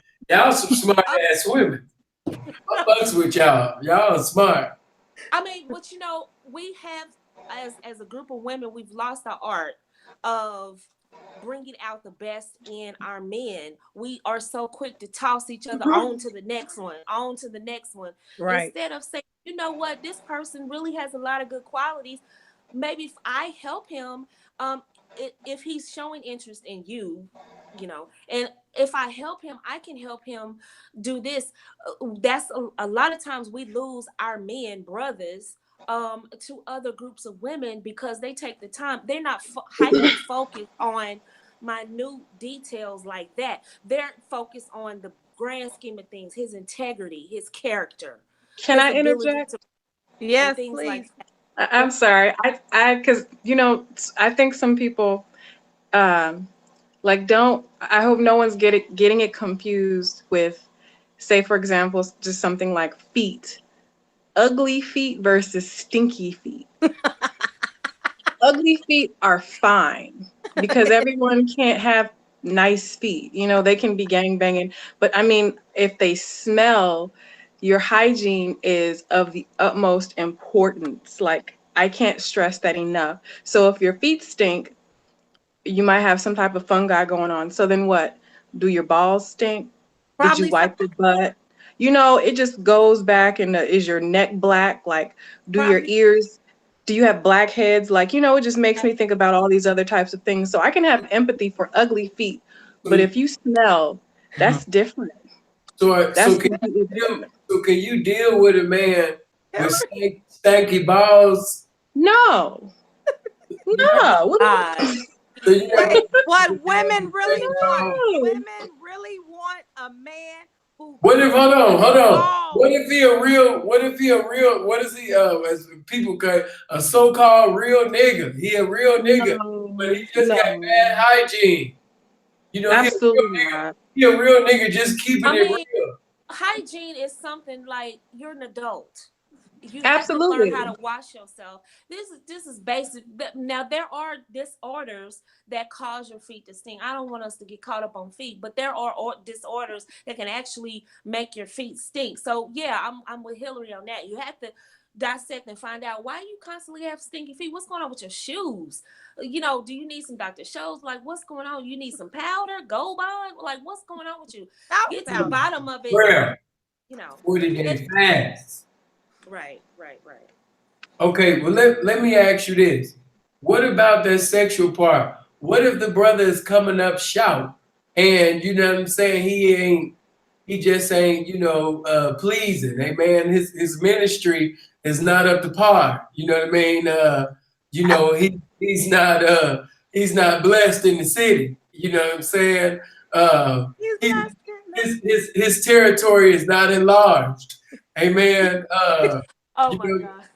Touch somebody and say desolate. You know what I mean? He just he's bankrupt in the spirit. So Peace. if he's quenching the spirit in the bedroom, you know what I mean? Can you sit up there and deal, you know what I mean, with this man? Like he's anointed, you know what I mean? He's educated. He's a very classy man. He's a nice dresser. What should I say? What else could I get this dude? He got a career that makes over 100,000 even after taxes. You know what I'm saying? He got some things going on. He's a kind-hearted guy. You know what I mean? The whole church love him. You know what I mean? He's loved by the community. But when it comes to the bedroom, God just did not bless this man. You know what I mean? It's just not the sex ain't even as long as somebody saying Jesus well. You know what I mean? Oh. Can you deal with this? Yeah, like Jay said, he makes you laugh. He's funny. Even though he make you laugh in the bedroom too when he took that out, but he makes you laugh. You know what I mean? Can you deal with his short blessings, his shortcomings in life? You know what I mean? And not even just shortcomings, because some people got certain type of comings, but they just don't know what they're doing, or he might have something wrong with his blood. You know what I mean? The man don't get on hard when he want to get on hard. You know what I mean? You be wanting to get at him, and the blood of Jesus just don't be moving at times. The spirit don't be moving you know what I mean, when he wanted to move. You know what I mean? It's just dead up in there. And I ain't gonna lie to you, like sometime when he doing this thing, you probably thinking about what you did at your job or something. You ain't even thinking about what's going on. He come and he left, and you know your mind be somewhere else. Can you deal with this? I'm talking to all three of y'all. Somebody else go first. I'll go last. Mine said he got to have a mean tongue game. What if his tongue game ain't up to par, and you know what I mean, the dick ain't up to par? The brother just getting F's all on his report card when it comes to the sex thing. Okay, he is not putting it down and bringing it back around. He just don't have it, man. He's not blessed. I just want to let me say something. I want to shout out Clyde Hazlett. He said, "Keep him and get a side nigga." I know, laugh out loud. And then Kevin Samuels. Clyde trying to get inside nigga. Wait, Kevin Samuels said women will cheat on him or make his life a passive aggressive hell. Okay, I just needed to say that. As soon as they get into an argument, that's the first thing she gonna sit up there and tell that man. She about to let him go. Like, why you messing? Coco. He gonna be like, why are you watching that pimp? Why are you watching this video? Why are you talking to a pimp on the phone? Woman, what's wrong with you? And she say, you little dick ass nigga, you better not raise your voice in my house again. You humble yourself. You know what I mean? You got the spirit of humility in your pants, nigga. You better be the fuck quiet talking to me, raising your voice. Nigga, you ain't even got the type of dick to be just talking to a woman any kind of way. Sit your motherfucking ass down and humble yourself. So, you know what I mean? He gonna have to deal with a lot of shit. So I'm asking y'all, how would you conduct yourself in this type of situation? He's a nice man. He's generous. He got a good personality. You know what I mean? He's very intelligent, but he's just not blessed in that area, man. Just ain't got it. You know what? I think some men like that, they already know they don't have something, a certain something, so they don't come directly on trying to be more to you than they know that they can be. So they already know who they are, what they have, and what they don't. So they stay in their lane for the most part. So the rest of all that, really, actually, a lot of women don't even have to worry about, because they know that a lot of them know that they play a certain position, and they're okay with that because they know that that's what it is in this life. You know, they're making the most of it. You know, if they're a businessman, they're making a lot of money. Hell no, that nigga making the most of it. He know he fucked up. Goddamn. Funny. He already knows. So there's really nothing that you could say to him that would shock him or do. He's just happy for the most part, you know, in some, you know, if it's just in an extreme case anyway. I would say he's just happy to be entertained, you know, and the expectation on their part is very low. So This nigga Clyde stupid. If I had a little dick, I would still curse your ass out. Clyde has been clowning all night. Yeah, he has. He really has been. He really has been cutting up. He been cutting. No chill. No chill. Yeah, he been acting the fool up in here. That's hilarious. Okay. Well, let me hurry up and open up the phone line. Selena, go ahead and hit that 504, and I'm gonna allow you guys to just call in. And I know a lot of the fellas want to speak. You didn't let us finish answering, Sam. What? I do got, but I got this time. I didn't answer. Go ahead, go ahead and hurry up, get in. Go ahead, Paulina. I gotta get that time in. I know he's on Eastern time, so go ahead. I can't deal with a man like that. I'm just saying. Okay. You could? No, I couldn't. You couldn't deal with his shortcomings. I couldn't. I'm not that woman. I'm not that woman. That's important. That's an important area for me. Okay. Yeah, I agree. I can't. Okay. That's a deal breaker for me. Agreed. That is Man, important. It's a motherfucker right now just sitting down, just crying like, goddamn, man. You know what I mean? I'm a good man. You know what I mean? I got good I credit. I need just I got a need new that. job. I got that 2 connection. jobs. I need that connection. Man, then I know niggas sitting over there like, damn, man, I got 2 jobs. I got my own place. I don't live with my mama. I've never been arrested before. You know what I'm saying? Like, I got it going on in so many areas, man. What's happening? And Nicole, what you got to say? Can you deal with it or no deal? Y'all cracking me up. Y'all, I'm so tired. I'm delirious. Y'all cracking me up. I'm gonna say I'm red pill. I'm a red pill female. So with that information, one can deduce that if typically statistics say the average size of a male penis is about 6 inches roughly. So if a man is simping a lot and going above and beyond, doing some beta males, simping, whatever you like. Typically, those guys that have the shortcomings, they've come short of the glory, as you say, simple. Coming short of the brother over there coming short of the glory. Damn. Typically, they're simping. Typically, they're simping to overcompensate. Typically. I'm just saying. So what I'm going to do is I'm going to say something's up. Why is he simping so much? And I'm going to throw him to the side simply because he's simping too much. So I'm not going to have that problem, and I haven't had that problem. So that's what I go by. I go by his behavior is fishy, is suspect. Something's wrong. He's overcompensating for something, and usually it's that or something larger, more important. So I've never had that problem. But let me throw this in real quick. This might spark up some phone calls for you, P.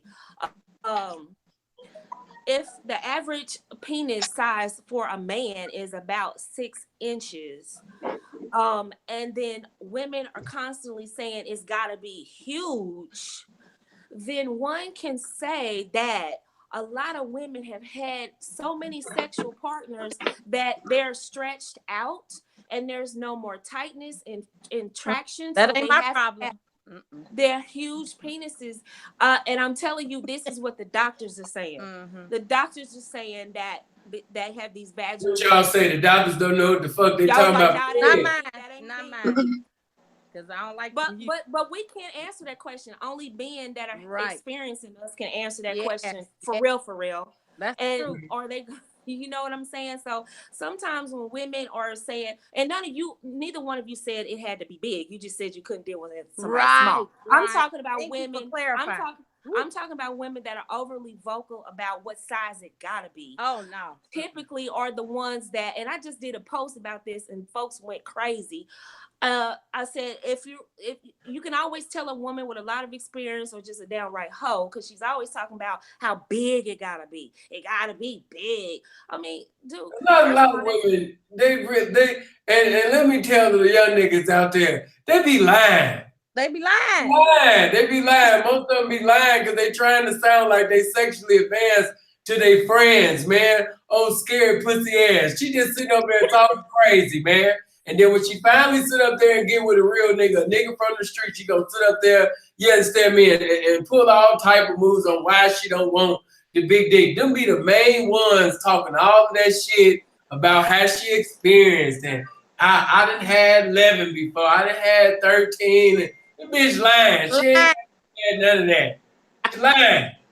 A lot of them be lying. So but that's unattractive. Don't be buying into that. You know what I mean? Don't be buying into that. Women be sick. All of them be talking about, oh, they want a big Stanley Cup Super Bowl dick. The bitch scared of that. Soon as she get blessed with a nigga that's coming through with that sword, the bitch in her come all out. You know what I mean? Because any bitch that's trying to maintain her walls, especially, you know what I mean, if she knows she ain't even about to be with this nigga forever, you know what I mean? She ain't even trying to mess up her walls of Jericho. You know what I mean? By allowing this nigga to come up in there and just do his thing like that. Real talk. Walls of Jericho. So you put out a leg on that bitch.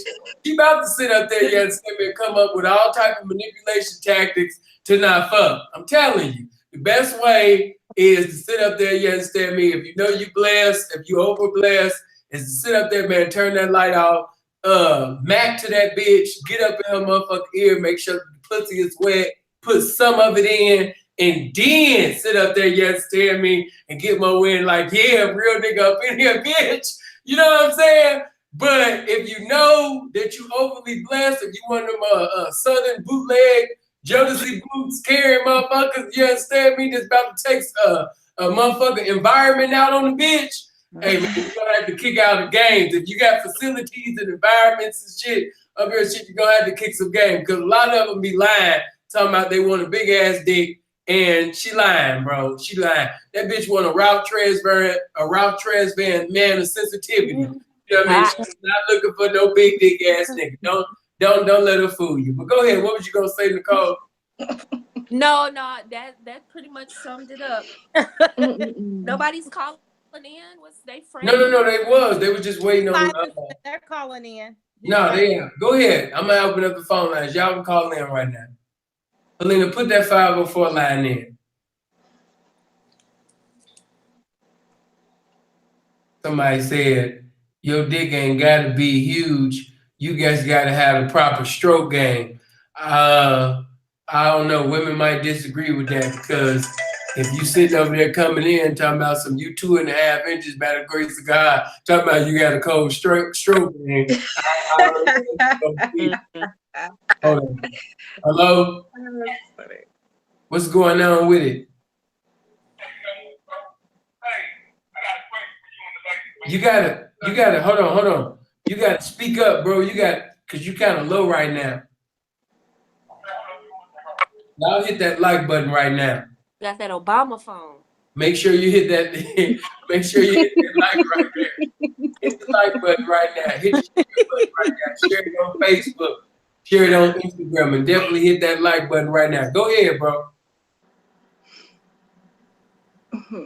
Go ahead. Hello. Uh-oh. Hey, where you go? He's been abducted. Yeah, there you go. Okay. Yeah, man, I got a question for you and lady, bro. Go ahead, talk to him. Okay, I ain't no people in that, but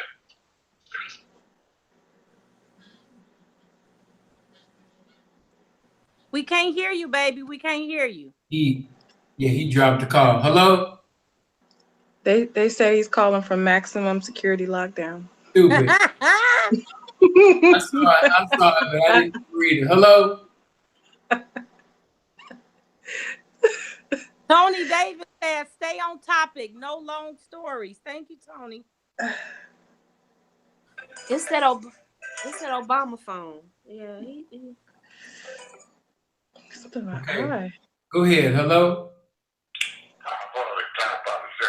What's going on with it, bro? Hey, Bree.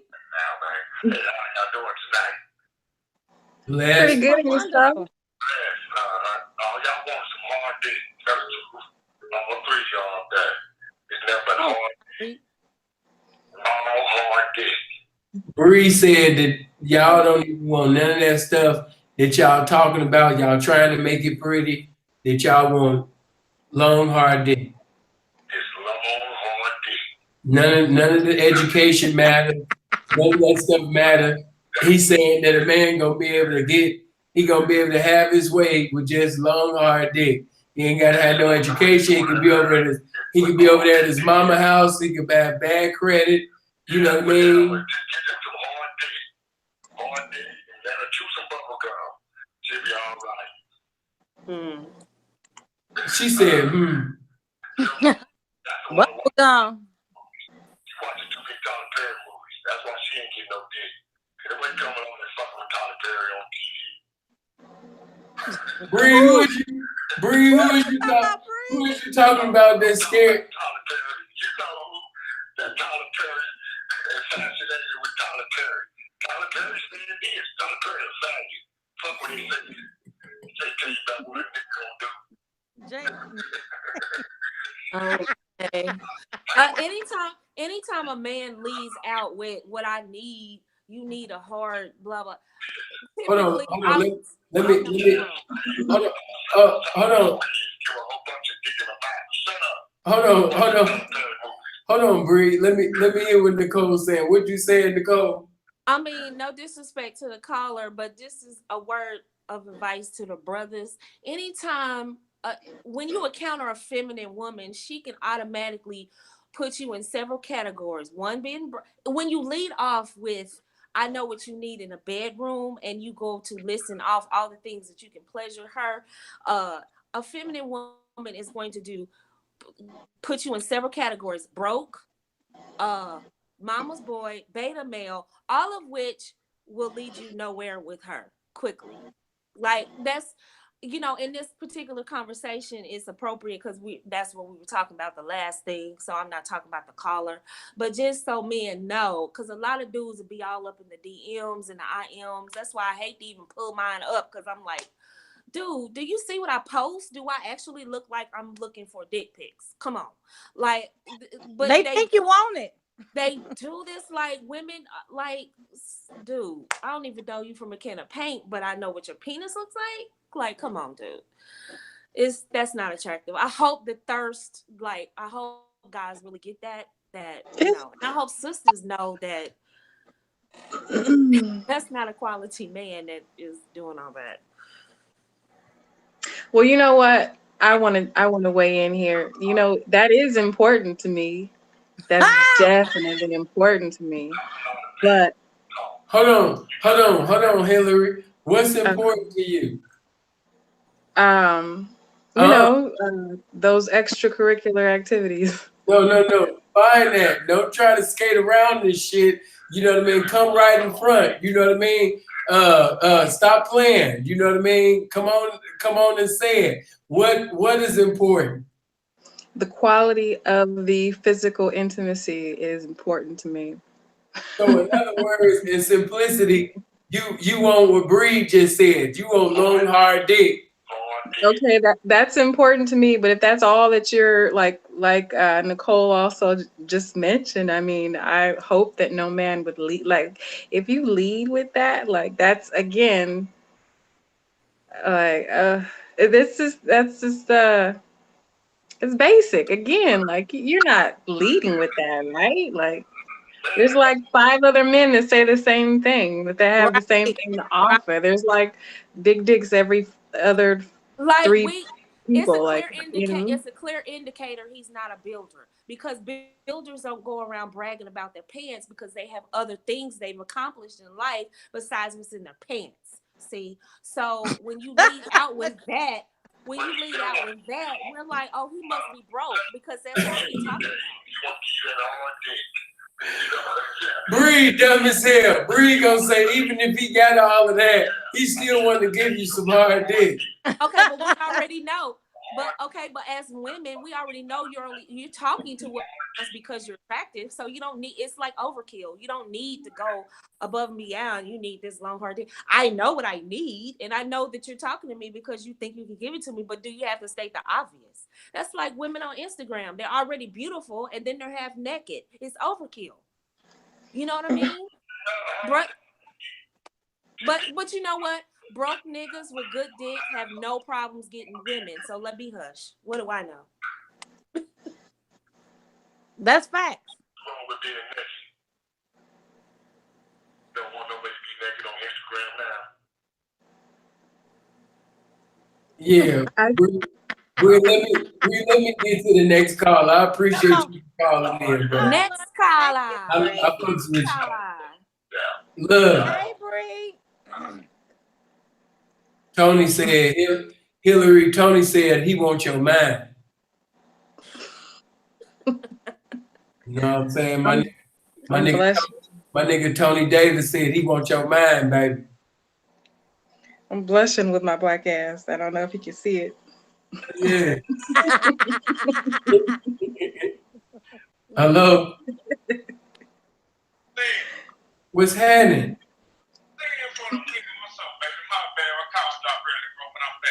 Okay. He said, "How y'all doing, ladies?" Hey, we were ready for you to call back in. Hello. yeah, already. I'm back in I sex. like your voice. Huh? I She said I said like she your like, voice. she like your voice. She think your voice is cute. Thank you, I appreciate it. Not cute, but I know. Like, I ain't no piece. I'm a fan of the game. I ain't no trick either. But so, look, this is my philosophy. And this sticking on top, just check me out real quick.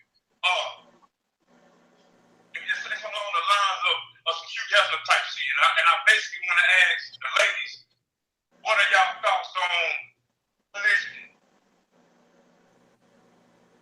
Religion? No, polygamy. Polygamy, I'm sorry, y'all mispronounced. Not polygyny, but polygamy. well, For who? Black people?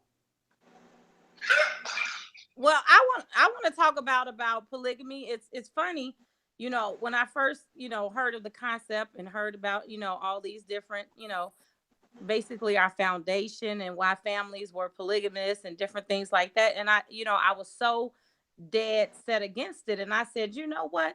I don't believe in this mess. This is somebody who wants to have their cake and eat it too.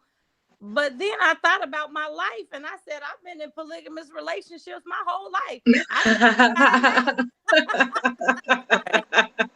Right.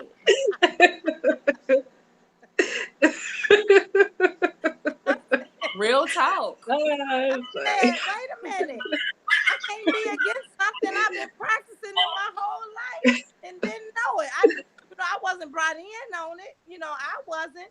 So I really, you know, I think in relationships, period. And you know, we've been talking about this whole live about, you know, what we believe men, women really want from men, but really it just depends on what works best for the individuals. Those most successful relationships I've seen, they really have come to terms and come to each other and said what works well for us.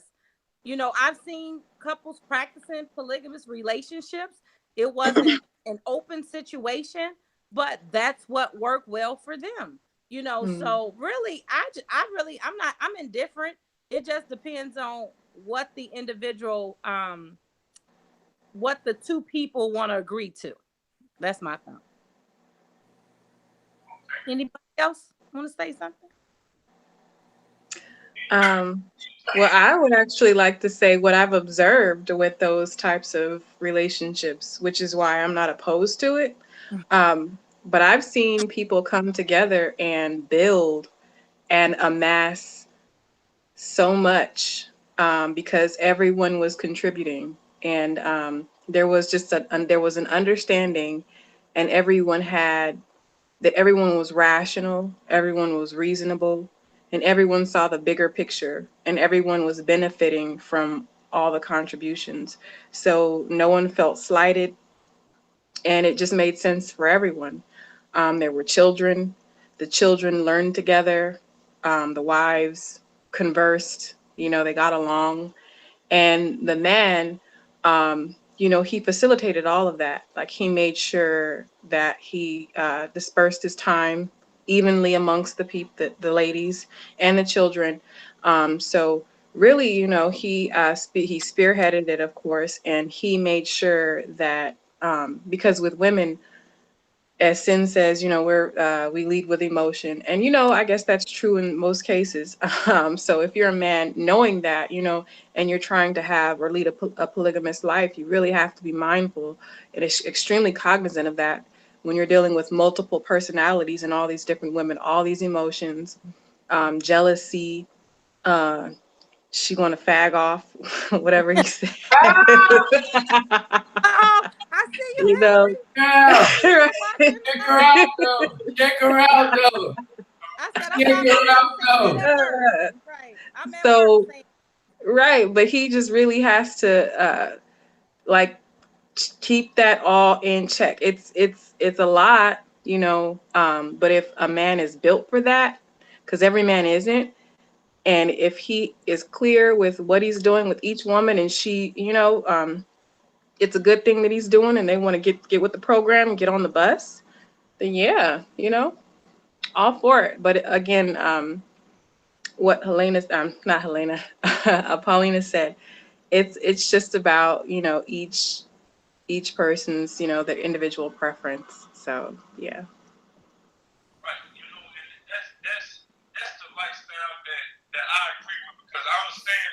Okay, I've been online listening for probably like an hour, and the whole conversation been in the spirit of monogamy. But for the most part, so I want to try to bring that twist and get y'all opinion on it, because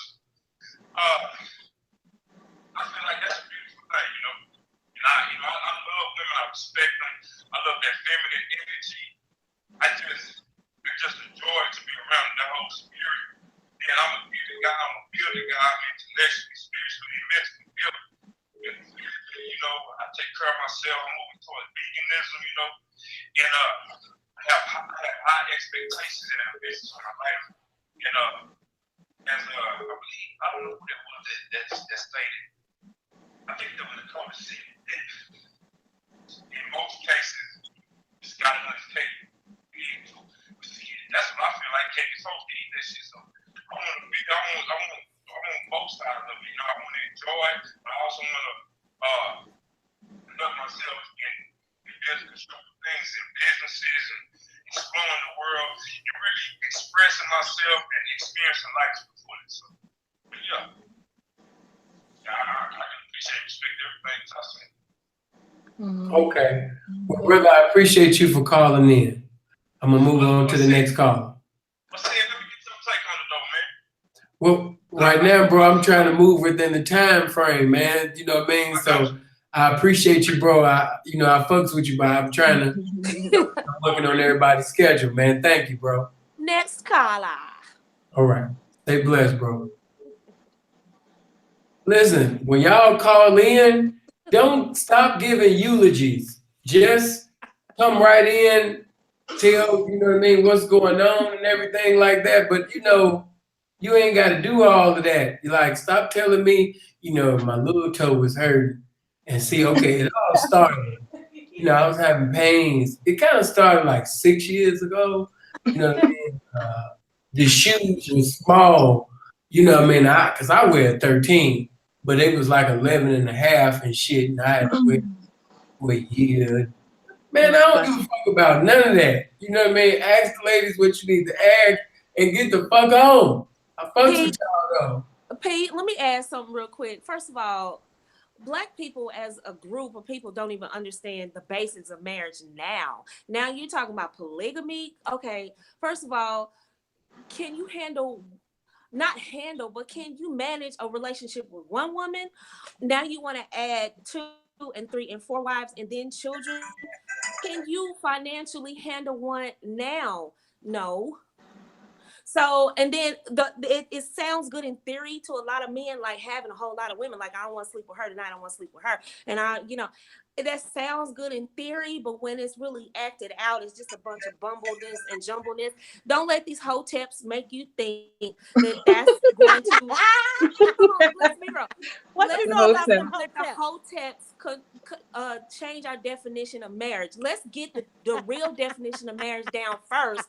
Then we can talk about polygamy. The other groups that practice polygamy, like the Mormons and things like that, they already had that foundation. They were brought up in that foundation. So that's that they grew up. They have generations of being taught that. Our people are all over the place. They're single mothers. Some of them are married. Some of them, we're all over the place. And now you want to push polygamy? Nah, let's get one concept down. And we don't even have a sense of community enough to support the families who do practice polygamy. Now, who gonna support that? They not welcome in the church with that. And then do we have schools set up for these kids? Do we have a support system for those families? Or these are isolated incidences where there's a little Hotep man or Hebrew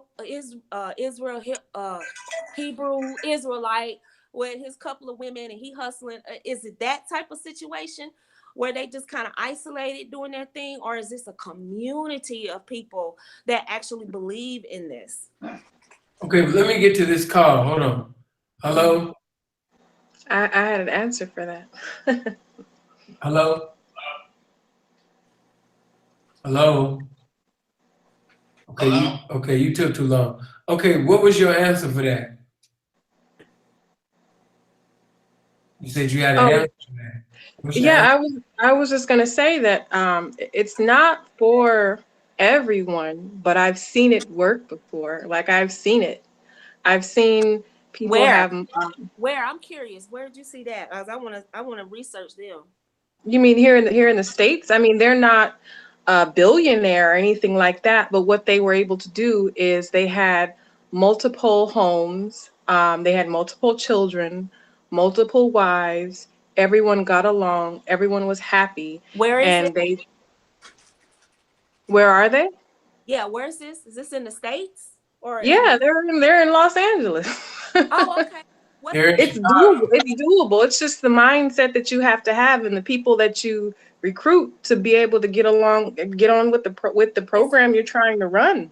this a Yeah. community? And I didn't mean to say if the woman or if he could handle or whoever could handle whatever, but you have to know full well what you're getting into, so you're not shocked and surprised, that he has this or like none of that should be there are no secrets. Like this is what you signed up for.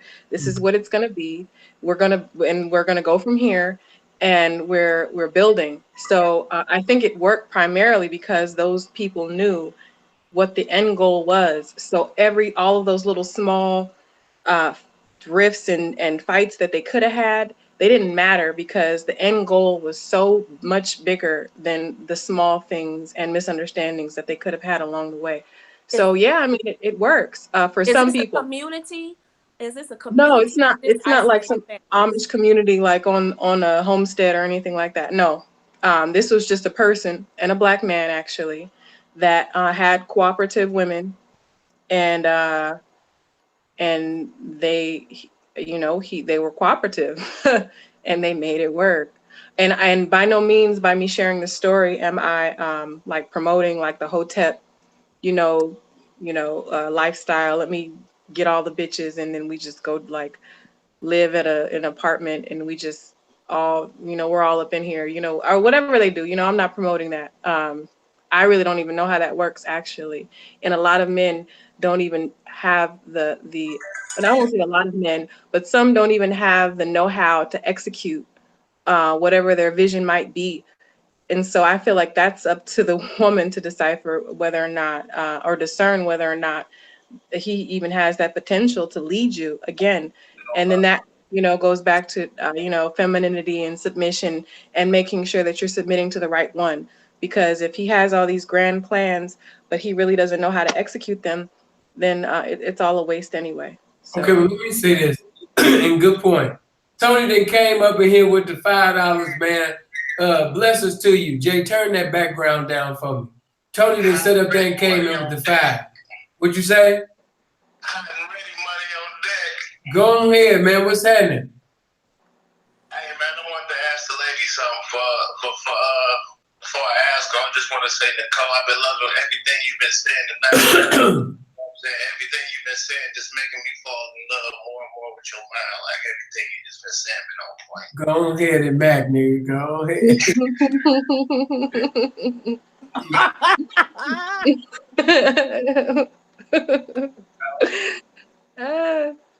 What's going on, Paulina? You all right? Yes, baby, I'm doing well. That's what's up. You looking well too. But go ahead, Jay. Yeah, what I want to know is all three of y'all. Can y'all really say that y'all really been with a winner in y'all life? A winner. The what? Winner. I have not been with the winner. You should have asked him to define the winner. Before you answer, let me teach you something. Before you in a debate or a conversation, when somebody asks you a question, so you can sit up there and expound and say something profound, ask them to define what the hell they saying. He just asked you, have you ever been with a winner? Ask him what's his definition of a winner. Because his definition of a winner might not be equivalent to what Webster's Collegiate Dictionary is talking about. So find out what Jay Big Head ass is talking about and say, Jay, define what a winner is. I'm gonna go ahead and define what a winner is to me anyways. Winner to me is a man that had a plan. He let you know what the plan was. He executed it, and the head of the house just by financially and by the moves that he's making. And, you know, he's just a man to follow. Uh-oh. Did y'all hear that? Yes, I heard it very clearly. Okay.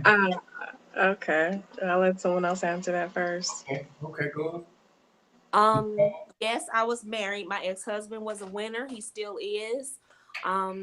He started at the bottom of his company when we got married, and I stayed at home and had babies while he went to college and worked. Now he got his degree. And he moved up into his company, making 6 figures now. So he's always been a winner, but I recognize that in him from the get-go. So, you know, God is just blessing him now. And I'm surrounded by winners. I'm surrounded by Black men who are winners.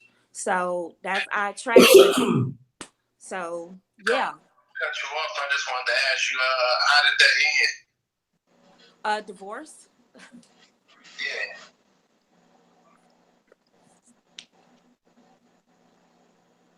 Hello? Hello? Yeah, he's saying, how did it end, baby? Oh, divorce. Yeah. I mean, I'm saying, why did you get a divorce? If Yeah, you that's feel what he's... comfortable going into Oh, that? y'all want the details of my divorce. I'm only gonna say He took off his shoes and she got tired of dealing with her house smelling like Doritos every day. Well, I talk about that in my Facebook lives, and I'm transparent about that to help the younger women kind of avoid the mistakes I made. And he's not here to defend himself, and he is a great guy, so I'm not going to talk bad about my baby daddy, my ex-husband. He's a good dude. I will say my part was that I believed that I was missing out on something in life, and I thought that by being a stay-at-home mom and focusing on just him and the kids, I was missing out. So I started listening to my single girlfriends and feminists and things, and started subscribing to this feminist ideals. And it would kind of like was the beginning of the demise of my marriage. He did his part, but I'm just talking about what I did. And I take ownership of that. And so that's why I'm so very fervent and passionate about my movement to educate the younger women so they don't make the same mistakes, and to value being wives and mothers and being feminine again. Love that. Okay. So, Alina. Oh, I said my answer doesn't change since your definition. No, I haven't been with the winner. See, I feel like if a woman that hasn't been with a winner in her early life, like she's gonna be down there forced to become one herself. Facts. About that. Facts. I agree with that statement. I do too. Totally agree with that statement. Say what now? I said I totally agree with that statement. Okay. Hillary, did you have an answer for that? If you did, yes, I do have an answer. Yes, I've been with what I know to be potential winners because I too am a winner. And so what I needed from these people, and already off top, so what I needed from these people, I don't come with any baggage. I do have education, and you know, I have a certain the standards that I have, I also am. And so I felt that from these quote unquote winners, I needed a little something to know that whatever direction that we would be headed in was something that was a for sure thing, because no one wants to waste time, no one wants to waste resources, no one wants to waste anything. So to try to make sure that I was as efficient as possible, you know, I would try to, you know, just be reassured in some way. And a lot of these winners, I guess if that's what you would call them, because they did meet the stipulations that you enumerated to be winners or to be considered winners, you know, they weren't willing to do that. So I would call them winners, but they weren't really willing to go to that next or give me what I felt that I needed to be reassured to get on board with everything else and just go full throttle from there. So So they didn't yeah, get security in their plans, is what you're saying. right.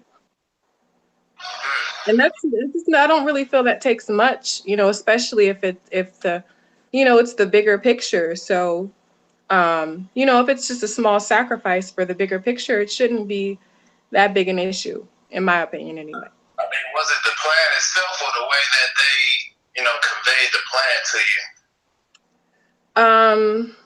What was it, the plan itself that they didn't want to? And no security in the plan. Well, no, it wasn't not lack of security in the plan. It was just, okay, I am also going to be contributing. So we're going to be doing this together. You're not just going to be giving. You're going to be receiving. So it's going to be two ways with this. So it's reciprocation here. So it wasn't that wasn't received. I don't know if hopefully I'm clear with that. Yeah, you're crystal clear. I understand what you're saying. But I want to ask y'all, do y'all think that it's not enough winners in the Black community as men? I can say, I want to respond to that. I think there are a lot of winners in the Black community. I just don't think that they have been exposed and encouraged to continue winning, meaning that there are a lot of us that have really come from adverse circumstances. We've overcome a lot of obstacles. And, those who know me know my life mantra is achieve against all odds. But we don't share our story. We try to wear our story, right? We don't share the steps we took to overcome. My family is very diverse. I have family members that served an extensive amount of time, 15 years, did some things that was, reckless, but they came out and said, I'm going to fight. I'm a felon, but I'm going to fight for whatever I can. Got educated, got a successful career, and they still ashamed to share their story because they're in an environment where they don't want everybody to know what their past is. And I think that it's a lot of winners in the Black community. It's just they are afraid, and everybody has to understand this. When it comes to life and defining success, you guys have to realize that you have to define success for yourself. It's not what another person deems as successful for you. And because we sometimes are looking at the gauge of someone else's life, we don't feel like we a winner. We don't, when it's like, where you came from, you batting 1,000 because you not, living the same life that, you were raised in, and so, no, I think it's a lot of winners in the Black community. It's a lot of amazingly successful Black men, but they don't walk in their authority most times because they feel like, well, I'm not winning at his level, so I'm not winning. And it's like, no, you are winning. And until you garner your life as such and realize that you are going to be here tomorrow, there is going to be a future for you. You're just going to be living day by day. So that's my little moment. Yeah. I respect that. Yeah. Well, bro, let me move on, man. I'm trying to get as many questions in before I, end tonight. But I appreciate. Thank you. I appreciate you, bro. One. But shouts out to my bro O'Shea. In the building. Why O'Shea don't call us? O'Shea didn't want to call us. If O'Shea if depending on what O'Shea doing right now, I'll put O'Shea up in here. But young Cyrus came back with $6 saying, "Seeing, keep it coming." I appreciate that, bro. Let me take this call. But yeah, O'Shea, if O'Shea want to come in right now, I'll throw O'Shea in. What's going on? Hey, can you hear me? Yeah, I can hear you. Oh, okay, because I'm looking at the phone and it looks like I have it off on the, never mind, I'll just turn it off. This conversation is very important to me because I feel that the reason why relationships are not working very well, as we see in the Black community, is because, women have lowered their standards of what it is to make the man, provoke the man to be better. She allows him to say, you work on you, but I don't have to do anything because all I have to do is be a man and learn that word, submit, and say Adam and Eve, and I'm good. No, a man is supposed to be ruled over by God. And I'm not saying being highly religious. I'm saying that he needs to be spiritual. I've called before. And he would have to change certain ways about himself according to whether or not they're supposed to even be dealing with one another.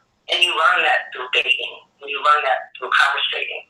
And you learn that through time. You don't just run into the bedroom to get to the the gusto of sex and then try to figure out who this man is or who this woman is that I'm laying next to. You need to figure all that stuff out and take your time to make sure that that person is worthy to do that. And I think that a lot of times that we're rushing and putting the cart above, before the horse, and we're jumping in the bed, and then we're having babies and all these other things going on wrong, and too much stuff is going on wrong to where you can't clean it up. Because you didn't research the person, you didn't learn the person, you didn't know the person. And the only way you can do that is if you abstain to learn them. And, unfortunately, a lot of men don't feel like they have to wait because they feel like they need it. They let their physicality of wanting to get it and claim and have ownership of the woman to be the reason why the woman won't wait or make them wait. But, if a woman really was allowing herself to be led by God's Spirit to help her to be renewed and changed within herself, her standard would change. If this man really wanted that woman, he would have to meet where she is. And if he couldn't do it, they should be alone, period. Why would the woman have to step out of what it is that's beneficial to her to go above what God says to do that benefits her and do what the man wants quick without seeing what he's wanting to do in the relationship, or are they even yoked to begin with? Are they compatible? Does a man feel like he should be able to go through 10 women in 1 month? Would that woman receive that idea? If he says, yeah, I feel like I should have 10 women, whoever I want, you should just get in where you fit in, then if you don't believe that, you should not be carrying on with this person after that conversation. But if you don't have that conversation, how would you know? See what I'm saying? Yeah, we listening to you. Okay, well, I just wanted to see what the women were saying because a lot of the conversation was about basically, the features of a man. In my opinion, a whole man knows God first. A whole man is patient. He's disciplined. He can control his ways. We're all human. We all think things. But if you have a man or a woman that's running around like they're foaming at the mouth, and they have no control, no structure, no peace within their spirit to control their carnality about themselves, and you have one that's above the other in another area, the other one is not nowhere near that. You guys got to figure that out to make sure that it's even worth even trying, or you're wasting your time, and then you're letting a lot of men run through you. Then you're getting all stretched out. You're risking getting pregnant, diseases, all these things. You need to preserve and protect yourself and take it more seriously than women are doing. I think a lot of women jump into Y'all out here getting stressed out. because they are allowing men Hell no. going to keep the man. I don't think that's how it should be. The woman should let God lead them or help to have that situated or understood and see where his head is at spiritually. See how he thinks. Can this man wait 3 to 6 months? Or, Amen. some time to figure out if they're compatible? Or is he going to be gone because you're taking too long? If he's not patient, Lord. which wants to be putting up with that, which Right. you bow down and deal with the guy? Because he said, I ain't waiting a month. I don't wait 2 months. I mean, I think that patience and being more having standards is required. Period. Right. Mm-hmm. What's your name, caller? My name is Shauna. Remember Hey, me? Shauna. I heard you on the call the other night. Hey, Shauna, I'm so glad you called back in. Yeah, I'm just glad this conversation actually was on my mind because, as I have said before, I've been single for about 1 year and 3 months, and I deliberately took myself out of the scene of dealing with anyone because I wanted to work on myself. I really, but I have the same bad habits I had before. I didn't want nobody to influence me to be instead. I wanted to pull myself from that and focus on things that benefited me as a person, that made me happy within myself. And I can't do a lot of things. I didn't let, me being lustful lead me anymore. Now my spirituality is leading me now because I was staying for over a year, and I'm finding that I'm looking at people with different qualities that I never looked at before. Right. It's going to save me in the long run. Amen. I celebrate you because you are an example of what everybody should do when they trying to get their life together. Sit, get by yourself, really work on you so you can see clearly. So you speaking facts. Amen. Amen. And God is about to do some amazing things for you. And I appreciate everything that God is getting ready to do in your life. And I thank you for calling in. But I have to move on to the next family member. Thank you for calling in, and God bless you, and be blessed in the spirit. Amen. Shauna. All Hi, right. Shauna. I had a question for her, but maybe it might have not been a good idea. So No, it wouldn't be a good idea. I ain't trying to do another movie. God damn, that woman talked about 20 motherfuckers sit up there yesterday me and walked out. When she called in, I'd be so sweet to her, but people be like, all right, man, I'm about to go get something to eat. I'll be back. well, I'm just gonna put it out there, if you don't mind, Sin. I'm just gonna put it out there. And if she's listening now, this is just a question and no judgment whatsoever. But if, as a woman, if you had in the past led a different lifestyle and you were attracted to the same sex, all those many years that you participated in that type of lifestyle, and then you now, things have changed for you, and now you're on the other side of things. What do you feel allows you, how do you gather your standards at that point, and then at a certain age? Because I do remember that you were saying, or the caller mentioned that she was in her 40s. 40. So having lived on the other side of the train tracks for some time, and also being of a certain age, where do you start when you think about the type of standards that you can command or have at a certain point? And again, it's no disrespect. I hope that the way that I put it didn't come off as disrespectful or snide or anything like that.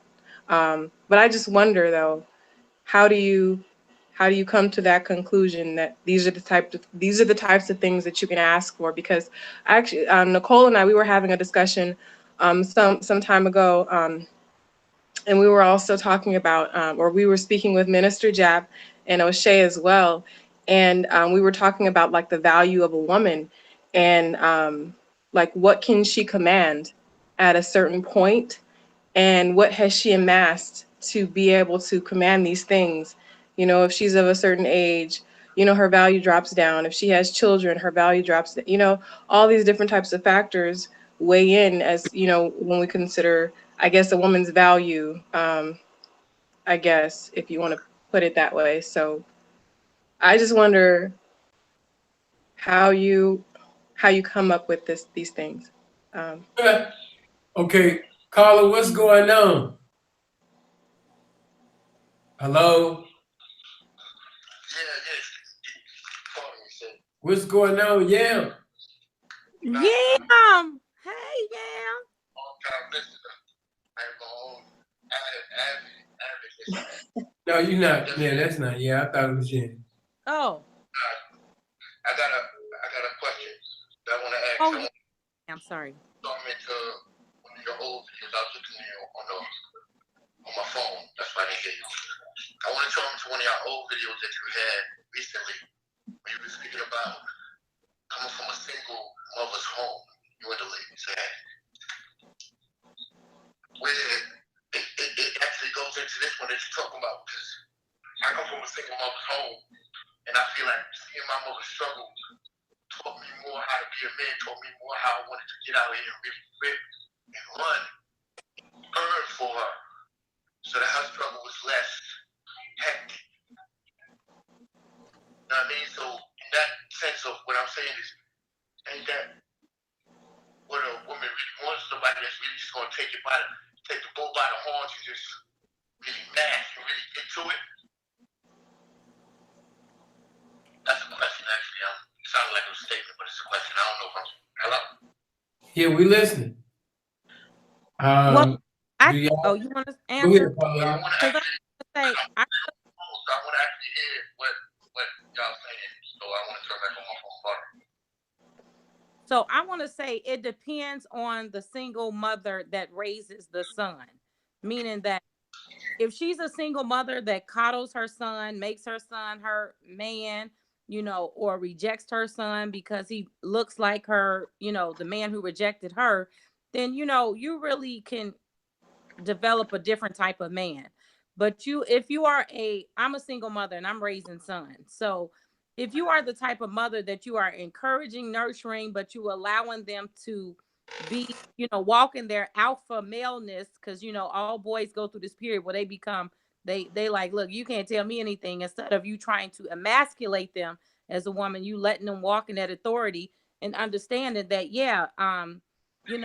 in my household, the young men run the household, meaning that I try to teach them that I'm honoring them because I want them to grow up as strong men and to walk in their authority. So I think it depends on, what type of single mother raises that son in determining who he will become as a man. Now, I do understand, just period, point blank.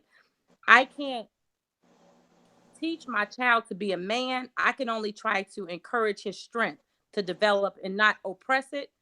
So, it's my responsibility to keep him, involved with his father, keep him involved with keep them involved, because I have twins, keep them involved with strong male role models so they can get that energy. Right. But yeah, they absolutely see their mother. And I said, sometimes I think it'll be hard for them to marry because they think I'm this superwoman, and I'm like, this isn't normal. Okay. But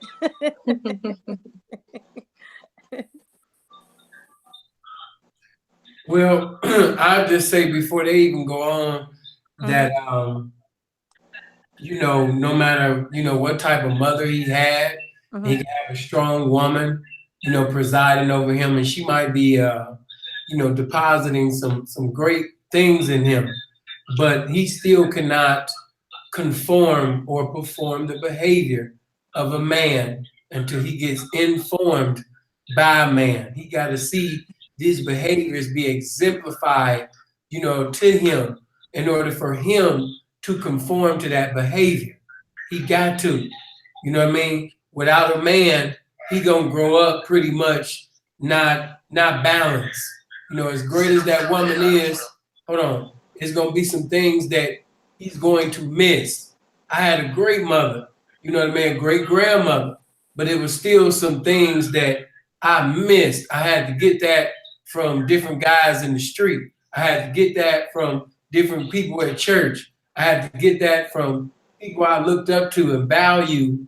I learned how to run a house or learn how to run women and preside over women by going to different ministers' houses, going to different gangsters' places, and seeing the way pimps preside over their women. So I learned structure, from viewing and observing, other men on how they presided over their family. And that's how I was able to conform to the behavior of a man, by observing another man, not because this woman was so great and she you know, she just was just so infinite minded that she was able to teach me how to be a man.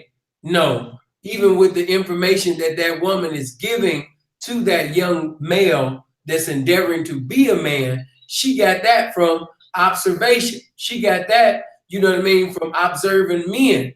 You know what I mean? And that information she's giving to her child. But that shit only can go so far. He can learn a lot, you know what I mean, from his mother. He can learn a lot from women, but he still needs to be around a damn man. He needs to be around men exemplifying the behavior of a damn man. And that's why we got a lot of these weak males today. That's why we even got some of these guys that say that they gangsters and, you know what I mean, they're really feminine, you know what I mean, because they was raised by their mama. And when they come out into the streets, they emotionally react just like their mama. They don't know how to rationalize. They don't know how to socialize, you know, and talk things over. He get into an attitude just like his mama. You know what I mean? He got to be around a damn man. But what was you trying to say, partner? You know, yeah, I actually agree with you what you say, and I can't disagree with that. But I'm not saying, I'm not glorifying my mother how she raised me. Actually, I have to glorify how she raised me because she actually gave me sense. But I had my father in the household, and when he stepped out and did what he did, she still had the sense to raise me as the way she wanted. Not saying I'm not doing no pussy or shit, because I had to step out and raise myself. Get into the streets. That's what I mean, like pushing it back. I had to manage to learn myself. But I still gotta go back to home and know that that's where it was built. Like, if it wasn't for her, I would have been at least somewhat lost. Well, I definitely agree. I definitely agree. It's all about the structure. I was talking like we building let's say we building a building. That's how I'm looking at myself. We're building a strong building. I had to go back to where the concrete was laid. Okay. So I can't never disrespect that part of it. Granted, I'm never going to disrespect my daddy and his part of it because he has his influence. But also for me, I can't disrespect me because I had to step out and really drag on it and really push my issue. But what I'm saying is, it's all about. I was actually watching a video earlier today with O'Shea about using signals and using the general. Giving a reason, just giving a reason in general. And my whole thing is like, whenever I was in Mashing, I'm all about honesty and just being a man about everything I'm doing. There's no time when you Mashing, you being a man about everything you're doing. I ain't got time to be calling and texting and all this extra shit. I already told you what it is and what it's gonna be. So we moving around, and when we get together, we enjoy each other, having time, whatever. I don't know, such shit. We enjoy each other. Okay. After the fact, you know, we turn into some real shit. That's really what we have to really coordinate myself and really change the way I'm going about life.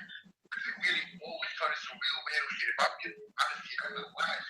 I double down, real duck sucker duck get on the floor and then acting like it's cool. And none of that is cool. I'm not lying to you about anything. Everything is honest. Everything's on point. That's why I said I had to go back to where the concrete was made. That's the way my mama taught me. If you cover with honesty, you come from. Can't really hear him too well. Don't know what he's saying. Okay. I want to hear him. Okay, can you hear him now? Very faintly. If you on speakerphone, just get off speakerphone and put the phone to your ear. I can't even hear what's going on with y'all because I actually stopped the video and everything so I can just speak to y'all right now. But if you need me to call back, I'll call back right now so we get a better connection. All right, blessings to you. All right. Really, just to keep it all the way 100, you know, I appreciate what the brother was saying with, you know, being a man, his mother, and shouts out to his mother, you know what I mean? God bless all the mothers that was mothers indeed. But I want y'all to stick, you know what I mean, to the topic, man.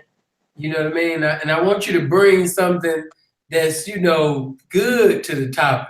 You know what I'm saying? So I'm gonna try to take one more call. I'm gonna take one more call. You know what I mean? And hopefully this one more call, you know, it's a good call. Hopefully it's pertaining to the subject. You ain't talking about your bunions. You ain't talking about the first time you peed on yourself and your mama had to sit up there and change your drawers. You know what I'm saying? Like, just come with, you know what I mean, to get down, man.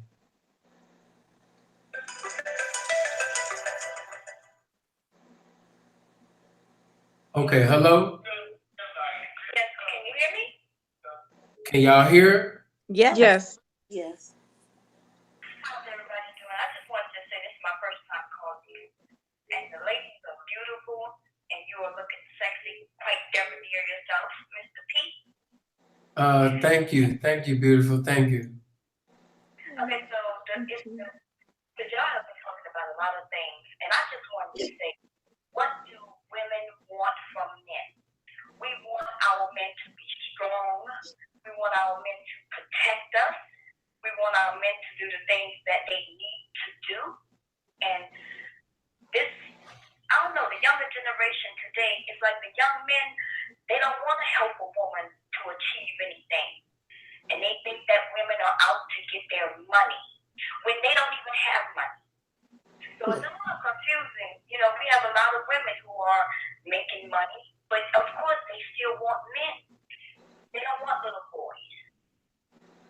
So I've been married almost 30 years. My husband, you might be able to hear him outside of me snoring because he snores pretty loud.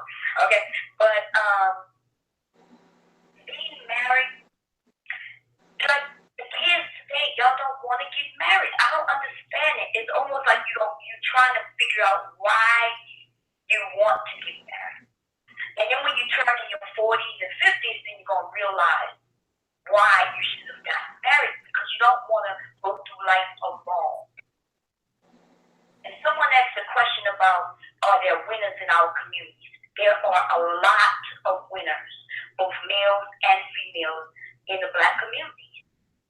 But sometimes just to make it, we need to come together.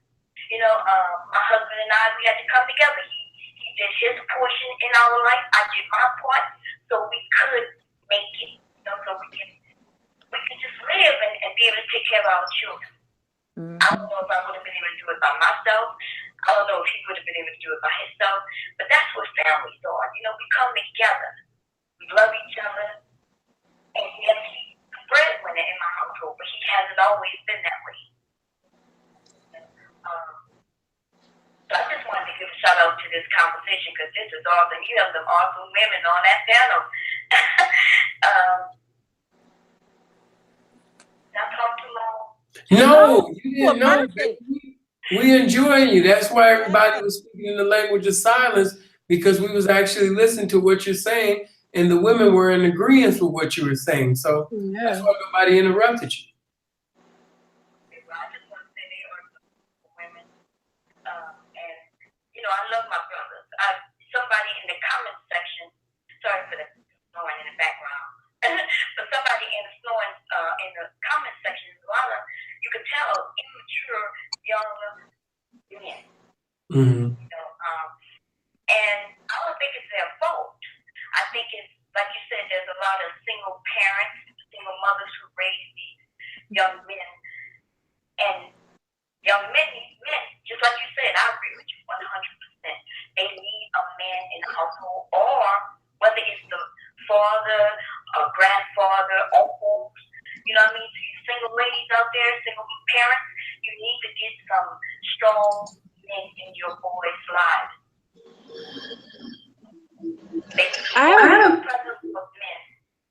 I want to ask a question, if you don't mind.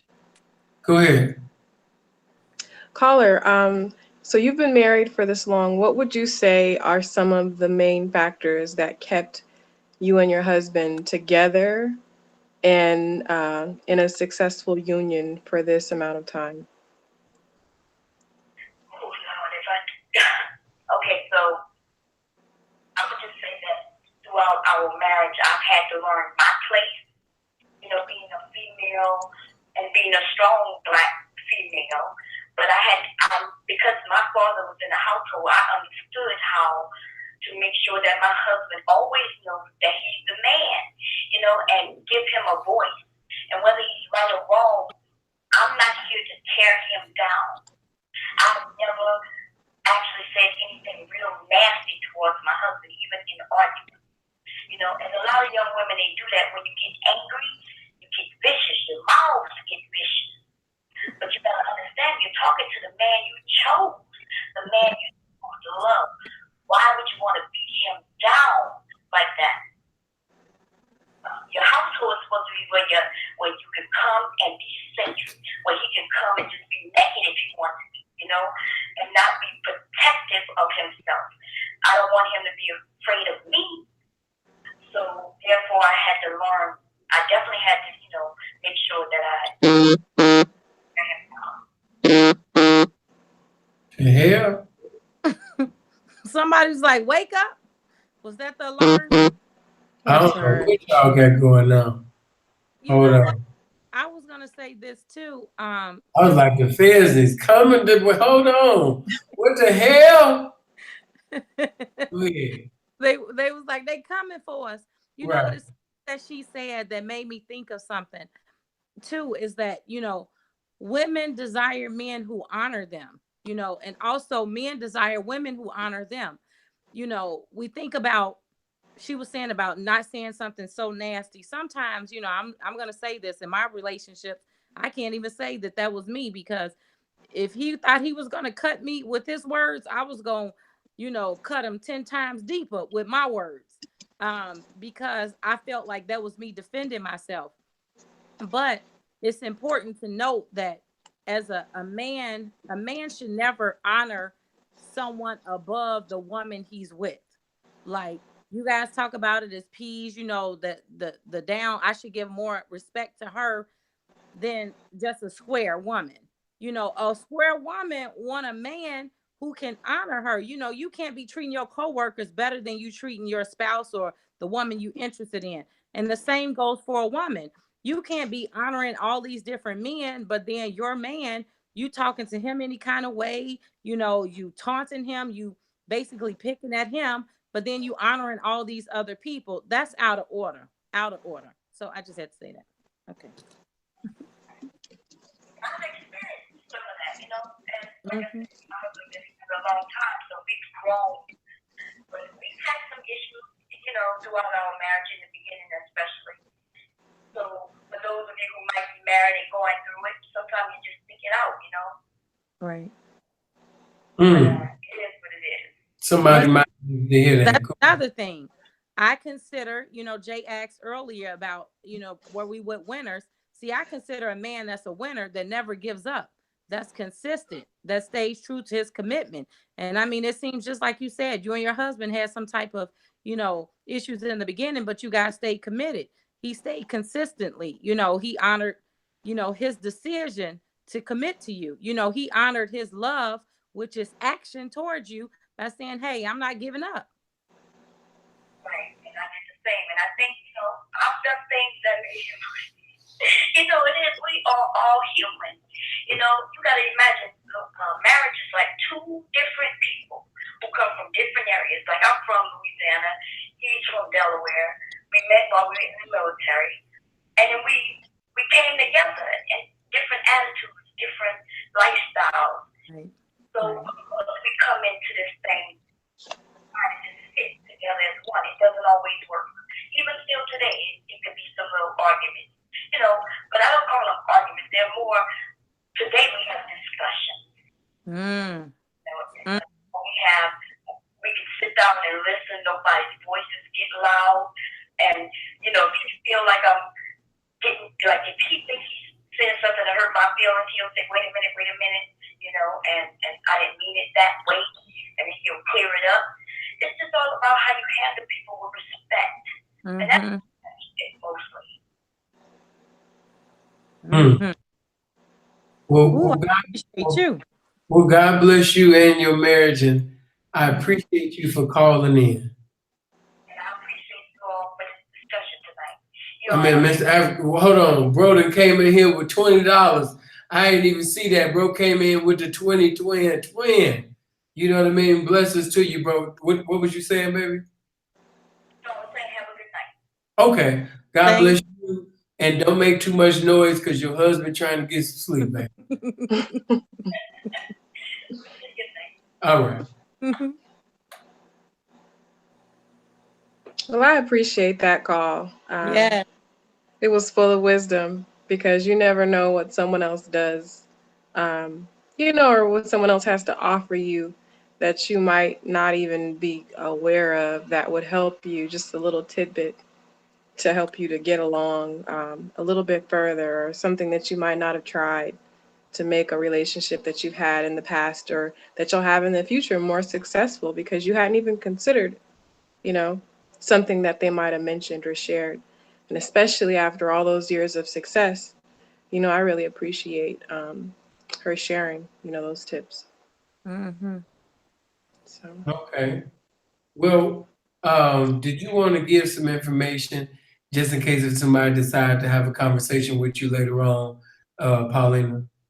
Oh, yes. Please subscribe to my channel on YouTube, Paulina Johnson, MBA. Please find me on Instagram at Achieve Against All Odds. Find me on Facebook at Achieve Against All Odds. And please, my first book. See? Hey, find it. Paulina, Achieve Against All Odds. It's available on Amazon. And also you can DM me, reach out to me on Facebook, and yes, purchase a copy. It's a great book. I Am You, Achieving Against All Odds. Hold on, I'm getting ready to put the link to Paulina's channel. So for those of you that would like to subscribe, I'm gonna give you the chance. Apache joined. Good. Thank you. hey, I'm Patsy. talking so that I Hello. can show my book. Okay, the links that I'm putting in, that's Paulina. Thank you. Thank you all. Please click on those links. Subscribe to my channel. I didn't know you were an author, Paulina. Yes, I'll be releasing my second book soon. Hmm. Yeah, Paulina got it going on. Yeah, so my second book is When Success Calls, Achieve Against All Odds. Let me pub this a little bit. So it'll be out shortly. My theory is that when success calls our name, that's when we really encounter the greatest obstacles. I always say, when you ain't about, nothing, you don't want to do anything, nothing comes your way. But as soon as you make that decision to say, you know what, I'm about to be something, I'm going to do something with my life, I'm going to accomplish this goal, all hell start breaking loose. And I always say that's the first time you realize that you really need to persevere to achieve against all odds. So I always say, when success calls, achieve against all odds, because that's when they'll meet you. Mm. So good. Okay, Apache just brought her big head ass up in here. What's going on? Hello. Greetings to everybody on the panel. Hey. Hey. Coming all up in on the ass end of the convo, but let me just get My bad. a little in with you before we bounce then. Okay. What is it that you want from a man? What is it that you desire from a man, Apache? Well, simple. That's a very loaded question. And just to give background of the way I was raised, my family was in the Nation of Islam. They converted over to Orthodox Islam.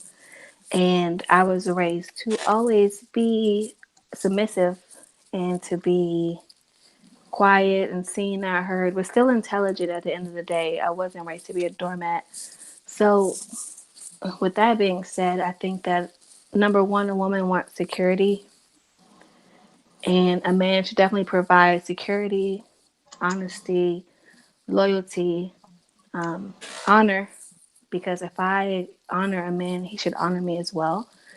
And just be the truth, as you said. You know, a man is the truth, and I think that that is all encompassing. Because if you have integrity and you have an upstanding character, then a woman will naturally want to follow you. I mean, it's in our nature, and I think that now we've gotten to a point where gender roles have been blurred so much that we miss our place. And sometimes, you know, we want to overpower the man and tell him what to do, but I don't really think that that's the best way. And I think that a woman should always know her place and she should want to follow a man, a real man. And a real man, as you say, is the truth. Okay. So let me ask you this. Have you ever been with a man before? Such as But this? once in my lifetime, I've been with a man. Okay. Other than that, it was just fun and games. Okay. And you know what was the benefits of being with a man versus being with a male that professes to be a man? The benefits were I achieved a lot of my own personal goals. Um, How? I, well, just having the guidance and having someone stay on top of me about the things that I need to get done. Because with Black women, sometimes we suffer from just wanting to do a lot of things, having a vision, but not really having the fortitude to see it come into fruition and manifest. So I think that a man, you know, if you break it down, there's the yin and the yang, there's a positive and the negative, there's a light and the dark. And I think that we're supposed to be together because without the proton and the neutron, you're not really manifesting. That's the base nature of matter. So a proton and a neutron is what puts things into being. And that's the exact same thing with a man and a woman that creates the feminine and the masculine aspect. And when you have both and they're balanced, then that's when you start to manifest your goals. Okay. Let me ask you this. What are the things that you desire, spiritually from a man? I definitely desire to ascend. You know, there's a part of us, our intuition, our super conscious, or our God self, that has a longing to always want to be better and do better and want more and do more. And I think that a part of, you know, reaching your goals and being spiritually astute is to just constantly be able to break down barriers and ascend into the next level spiritually. So it's always a test. And I look at it as a pyramid. And when you have a pyramid, every time you go up, even though it gets more narrow, you have more sophisticated obstacles to face. And I think that a man or masculine energy definitely helps us to ascend and fight the battles because we're not supposed to be alone. So I think that a man kind of helps us to ascend and get to the top of the pyramid. Okay, but what do you want from him spiritually? Do you want him to give you edification? Do you want him to give you uncommon information about the Most High? Does he have to have a doctrinal belief, to be with you? Mm, Does he believe? Uh, for for Bob? me, for me, I want him to show me that there's more always because I'm highly spiritually evolved, but I'm always wanting and longing for someone who can show me that, oh, you think you there, you think you're at the top, guess what, you can do better. And it doesn't have to necessarily be one certain indoctrination, but I prefer a man who's more astute across the board. So not necessarily religious. You don't have to be a good Christian or a good Muslim or a good Jew or whatever else there is to teach me that I can continue to go higher and continue to better myself. But just pull that part of me that I haven't reached yet, that dark part of the soul, pull that from me and show me that I can still, oh, I might be a little bit scared or I might have some fear or reservation. But guess what? You can do better. You can be better. You can achieve more. And I want to, for me, I would like for a man to teach me how to be infinite. Hmm. So you want a sinful individual. That's what it sounds like. No.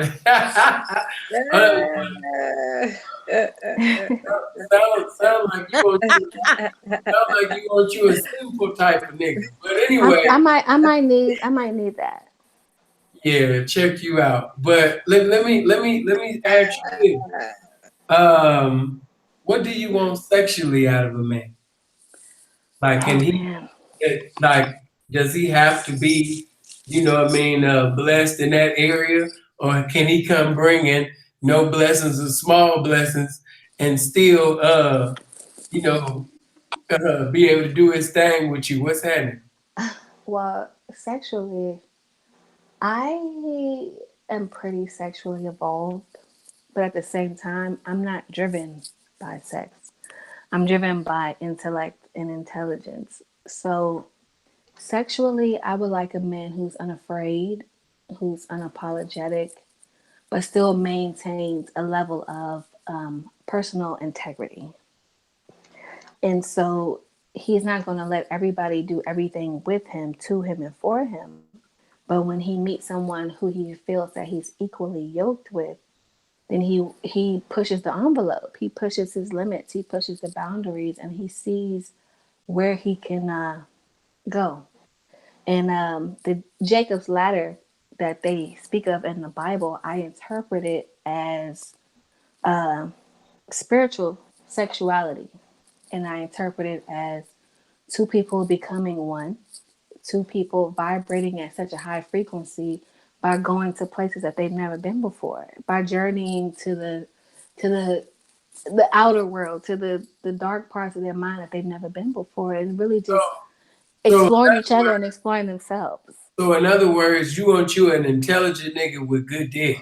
Because, Yes, okay, so absolutely, you're a sapiosexual that absolutely. likes, you know what I mean, a man, you know what I mean, that can hold a decent, he got a good conversation, he's full of knowledge, he's full of information, but he Yes. still got to have good fornication, you know what I'm saying, as well. Without any complications. Let's add that too. Or Yeah. reservations. Yeah, Yeah.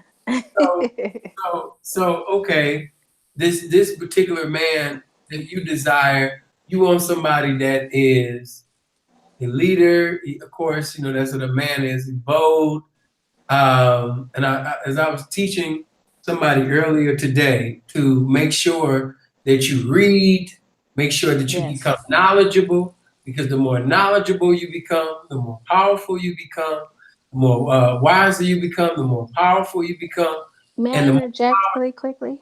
go ahead. Not only is it important to read because books are cool and all, but we also have to go inside ourselves and we have to be non-biased and take our ego out and look at ourselves from a third person and see what can we learn inside ourselves without looking outwards for guidance. What can we learn within us and not be afraid to really face the demons that we have? So books are cool, but if you're not using the knowledge or you're not active or you're not doing the work, then books mean nothing. Well, if you look inside yourself, what are you looking for? Where's the inspiration coming from? I would say that the inspiration is coming from us connecting to the higher power. And the higher power is constantly telling us there's more. Who taught Keep you? going. Who taught you that it was a higher power? My grandfather, my father, my And uncles. right. And where did they get the knowledge from? Outside of reading the Holy Quran, they also were very reflective. Stop. So they got that from the Holy Quran, right? Yes. Originally. So that means that they had to read in order to Ikra. do that. You understand me? See, you're trying to like walk around this pimping. You know what I'm Yeah. saying? You can't get Ikra. for reading. Ikra, Bismi Rabbika alladhi I'm khalaq. saying Read in the all name that of to that say Lord. this. After you finish looking into your big head ass self, because I ain't trying to give these motherfuckers a sit. Like, damn, I could be dumb. I don't got to read. I can just look into myself. No. No, nigga, I don't want you looking into your dumb ass self. Pick up that motherfucking dictionary and read. Pick up books and read. Yeah. Make it a habit to read. Then you can look into yourself and be deep and say, Right. as I look into my inner self, I see the biblical part of it. Like you can do all that shit on your time, but you need to read. But you know, I'm so used to speaking to, well, you, a highly evolved individual, and people that I feel like are on my level. So I forget that I'm addressing the masses. Can I ask Apache something? You can ask whatever. I like the way you said it. It was just so nasty. Can I ask something? Okay, Well, this is actually something that I know she has to be like familiar with to be an Orthodox Muslim. I know you're familiar with ablution Yes, after or before you make prayer or make salat. yes, You have ablution to, or wudu or wuzu. right. So you have to Right, make sure that you're clean. right. So I feel like a lot of men, because the topic today is what women really want from a man. And excuse me, pardon my vulgarity here, but we need that ass to be clean. So when you go and you prepare yourself for prayer in Orthodox Muslim religion, and I hate to fuse the two, but you clean that ass. Like you go to the restroom and you actually wet a cloth and you clean all of that so there's no dick butter, there's Oh no God. nut sauce, whatever, this, that. But there's a lot of men out there with skid marks in their drawers. And this Mm. is one thing that I really want from a man. Like, I don't want him to have yes, skid marks. wait a minute. I All know right. this So is what's the really question? less. What's the actual question? This is not sexy. Hold on, rewind this shit. First of all, you're not gonna disrespect men by saying that they got shit marks in their drawers. You can say, males that profess to be men, but ain't no man. He just comfortable. He got shit stains all up in his motherfucking drawers, and he just, just cool with this shit. Not no man. Ugh. I don't know what type of men y'all was dealing with. He got shit all up in his drawers, and y'all talking about he a man. And he just Right. cool with them shit stains, having an email address, a residence in his goddamn drawers. Hell no. I got a PO box. Okay, listen, what I'm saying is, So wait a minute. You might have been. So you washed the nigga's drawers or something one time, and no, you found some skid marks. He was like, "Wait a minute, what this nigga on?" no, this is simply a PSA because you think a lot of men out here know how to wash themselves thoroughly. They Right. put on the cologne, they have the Males. clean sneakers, they have the clean nails, they have the haircut, all these things, but they don't know how to wipe that ass. And then like everything else, nothing, it cancels everything else out. They have everything else is perfect. Look at But my. that Listening part to right text. there, I gotta look at my. so Hold on, because I know the fellas is like. sorry. So wait a minute. So the nigga got his haircut, nigga got clean hips and feet, nigga got Wow. clean outfit on, but There's someone wash his ass. Sin, there's men in your comments right now that are actually saying men have skid marks. So this is a common theme here. Like a lot of men don't That's really know unfortunate. how they Let me address go through this. everything Hold on. else. Let me go through this motherfucking comment section. Hold on. Let me The find suit out might be who's here steam testify. clean and pressed, Hillary is but they speaking don't. facts. And it's not even about who I'm around. It's about Right. just some men. And that's it. That's a thing that, a lot of people haven't addressed, because they feel like at a certain age, this is like common knowledge. Like, how to clean, like wipe your ass. See, I'm not everybody agree with I'm just this happy I can mention that. behavior. I'm seeing So, niggas rebuke this shit. so in layman's terms, this is a PSA to get rid of that DNA in your undergarments. Yes, and the reason I brought it to you, Apache, was because when the Orthodox, like with the ablution, Yes. like a lot of women do this. When they use the restroom, of course they have Right. like their baby wipes or whatever, or they're by the sink or whatever. Well, usually Men in the don't. mosque, there's like a a bottle of water that women use Yeah. in the So mosque, there's a and whole men too. thing. Yeah, and so that's not even like something that's not considered in everyday functions in life. But for people that might be outside of that, they might not have ever even considered, maybe I should put some water on this before I wipe What? myself. Ah, You guys should put You some know? water on this. That's Yeah, like oh my gosh. Too funny. see these are basic, but they're not. It's basic, but it's really not that basic I don't know because a what lot of people you're haven't messing even with. considered that. It sounds like you've been messing with little Day Day and them. They've been on the corner for 3 No, I haven't. and he been There's a hustling. lot of I guarantee you there's some men in your comment, they're not gonna fess up, but they're gonna they haven't been doing what you might be doing, Sin, you know? See, so the message is, Well, first of all, if he say that man he's with a extra pimp, height. if he say that he's a pimp, he has to be clean. If Mhm. pimping was a religion, that's part of it. He has he gotta smell right, he gotta be up to par, he can't be having no dirty ass drawers. You can't let me say this, you cannot have funky ass shit marks in your drawers and be this pimp. That ain't pimps don't roll like that. Pimps don't roll like that at all. You know what I'm saying? Matter of fact, let me take it far. Men. Like put the pimp shit aside. Men ain't walking around with no motherfucking shit stain in his drawers. You know what I mean? No, that don't even go together. You know what I'm saying? Don't no man put on no, he funky as hell, then he put on cologne to cover it up, you know what I mean, and all of that. Oh, hell no.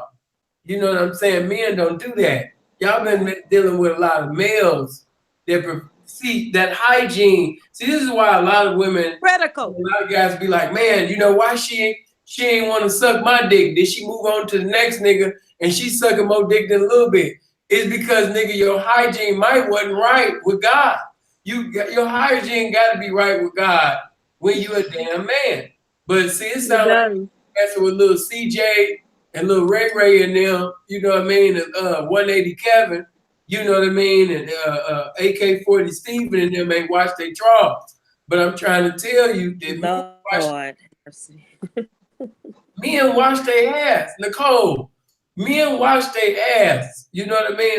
This ain't Yes, this ain't for debate. Men wash their ass. You cannot be no man and you just around here just with dirty ass drawers and shit. I don't know who y'all been.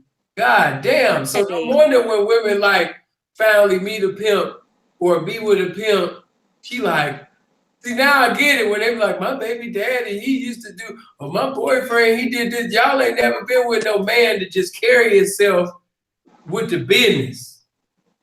You know, I have, but I also know some men don't wash their ass.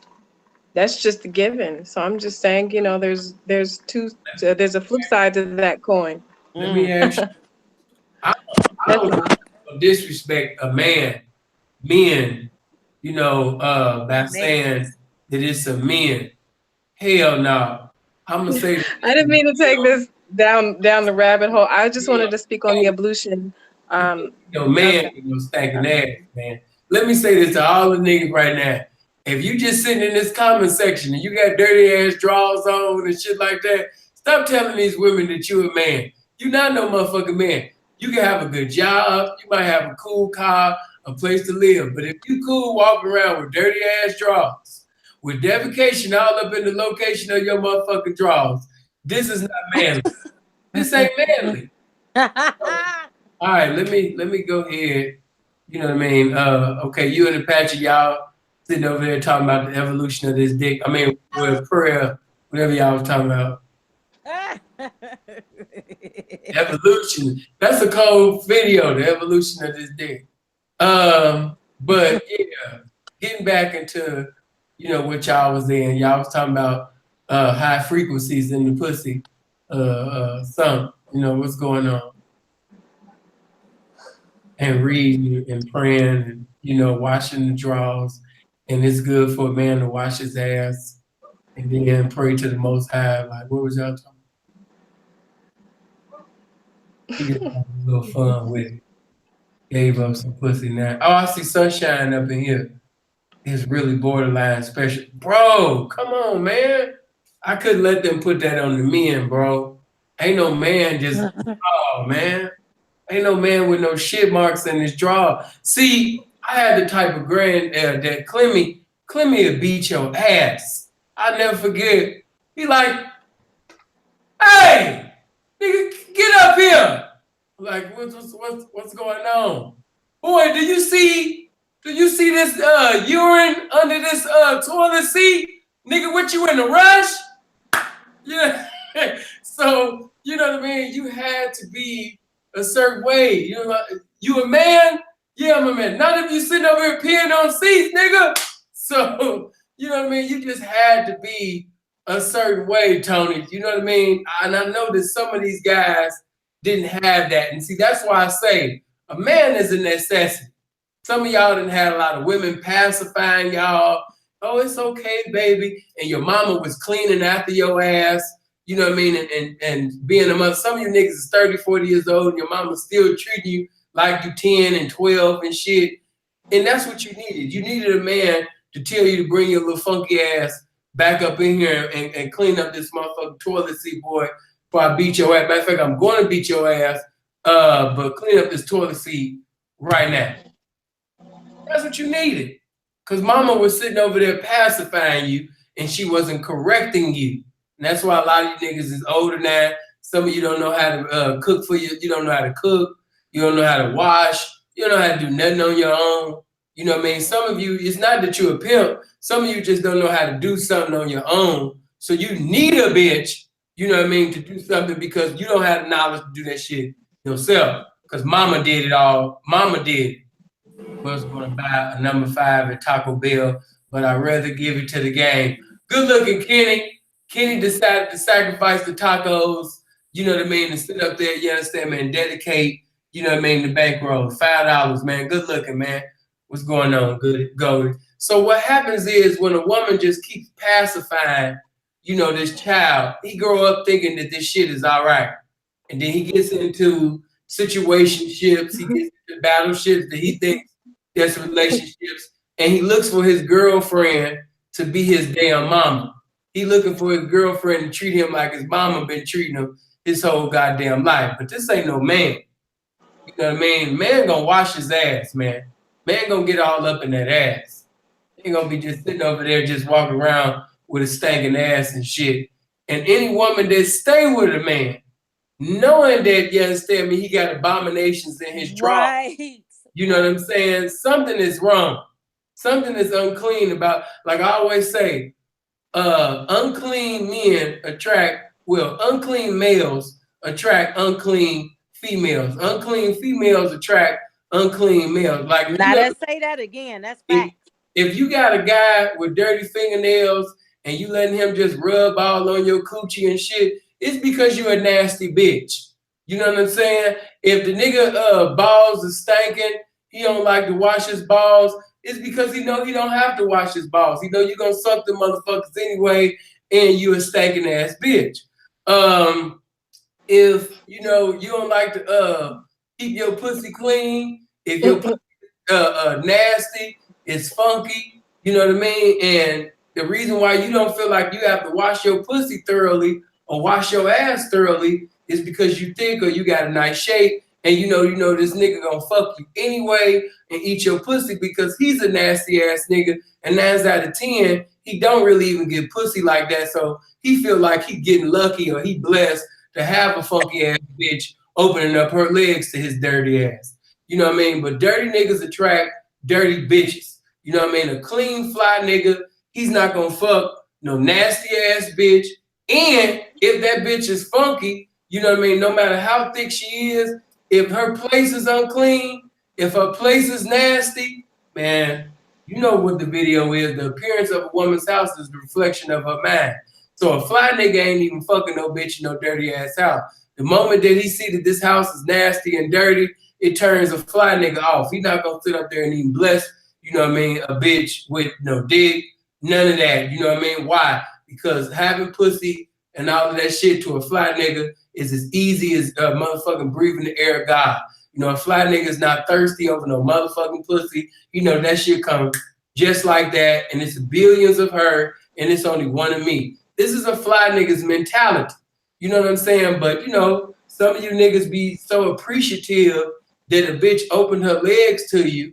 You know, she feel like she ain't got to wash up. She ain't even got to, God damn. You know what I mean? Y'all gonna make me do another video on hygiene. That shit crazy.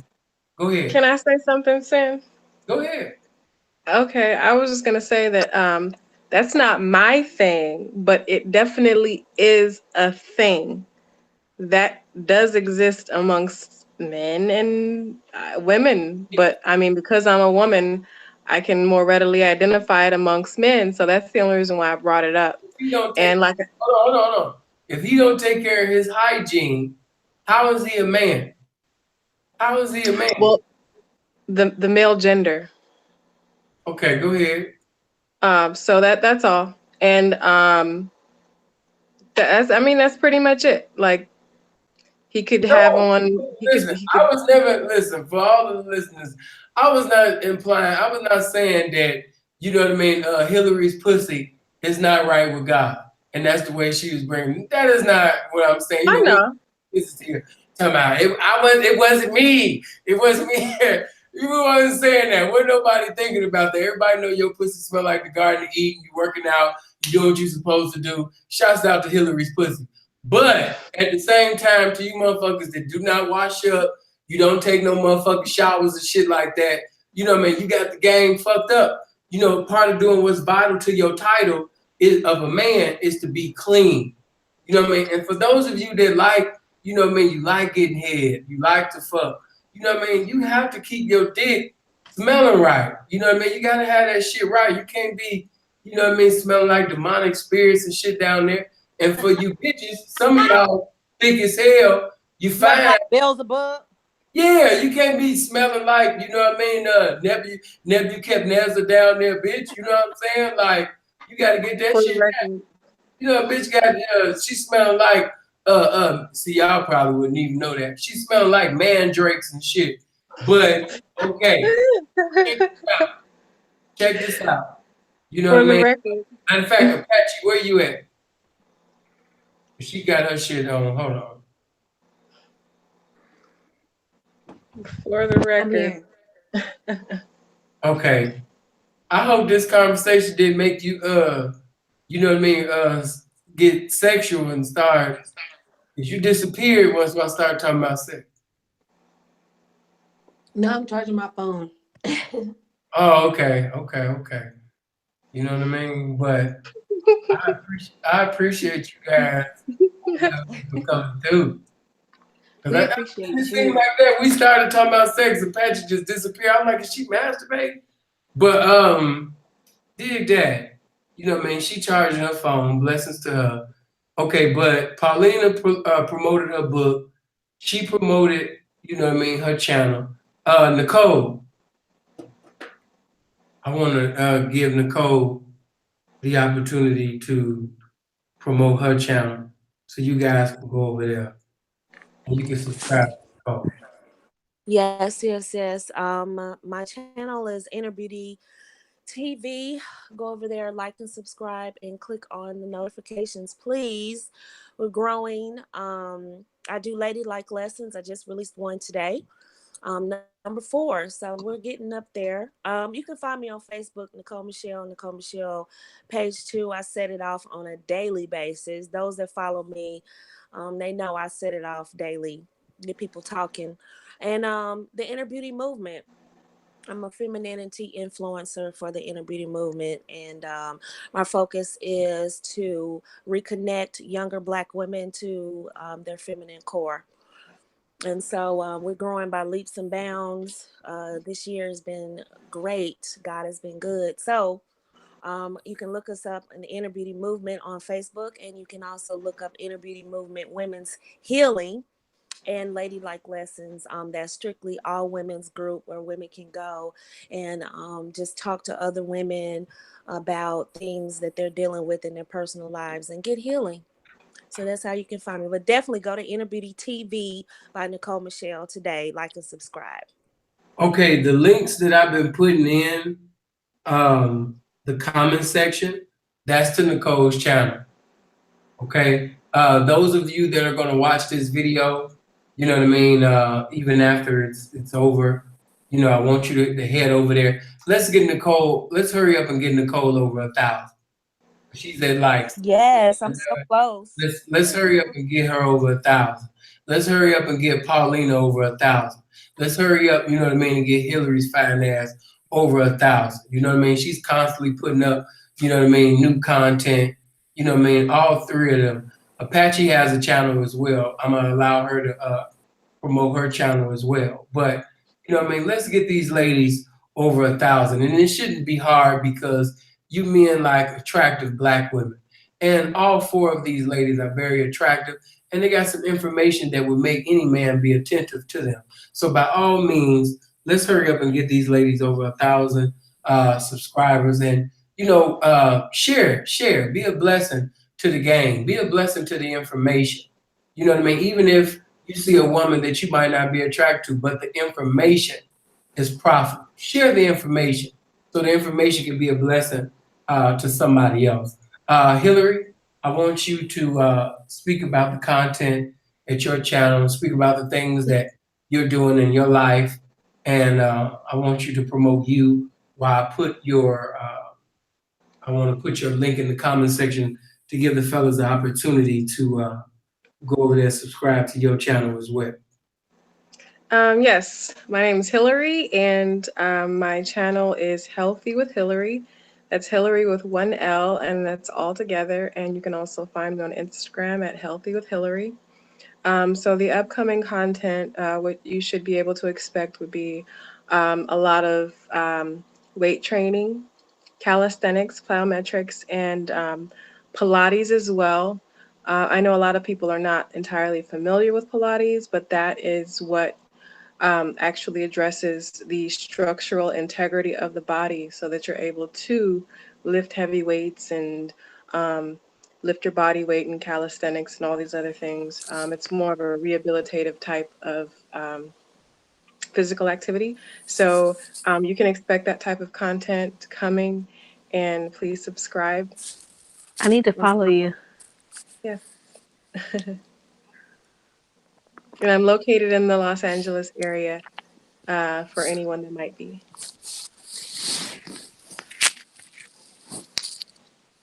And Apache? My channel is so inconsistent though. Is inconsistent? Yes, but on my channel I speak on spiritual sexuality and women's health. And I believe in everything that happens to us health-wise stems from a spiritual reason. And we oftentimes look like, oh, it's fall, oh, I'm getting sick. But really there's a deeper energetic meaning to why you're sick. So I have a few shows on there that are like an hour, 2 hours long. And it speaks on how to emotionally, physically, energetically heal yourself from previous relationships, how to cleanse yourself properly, because a lot of women don't know, and just how to be a better woman, like how to be healthy, how to be happy, how to maintain that inner glow, maintain your power, and just be a boss bitch. Okay. Matter of fact, do me a favor, Apache. Do you have your phone with you? Yes, Get I'm your on my phone phone back? right now. Yeah, go ahead and go ahead and make a comment in the comment section.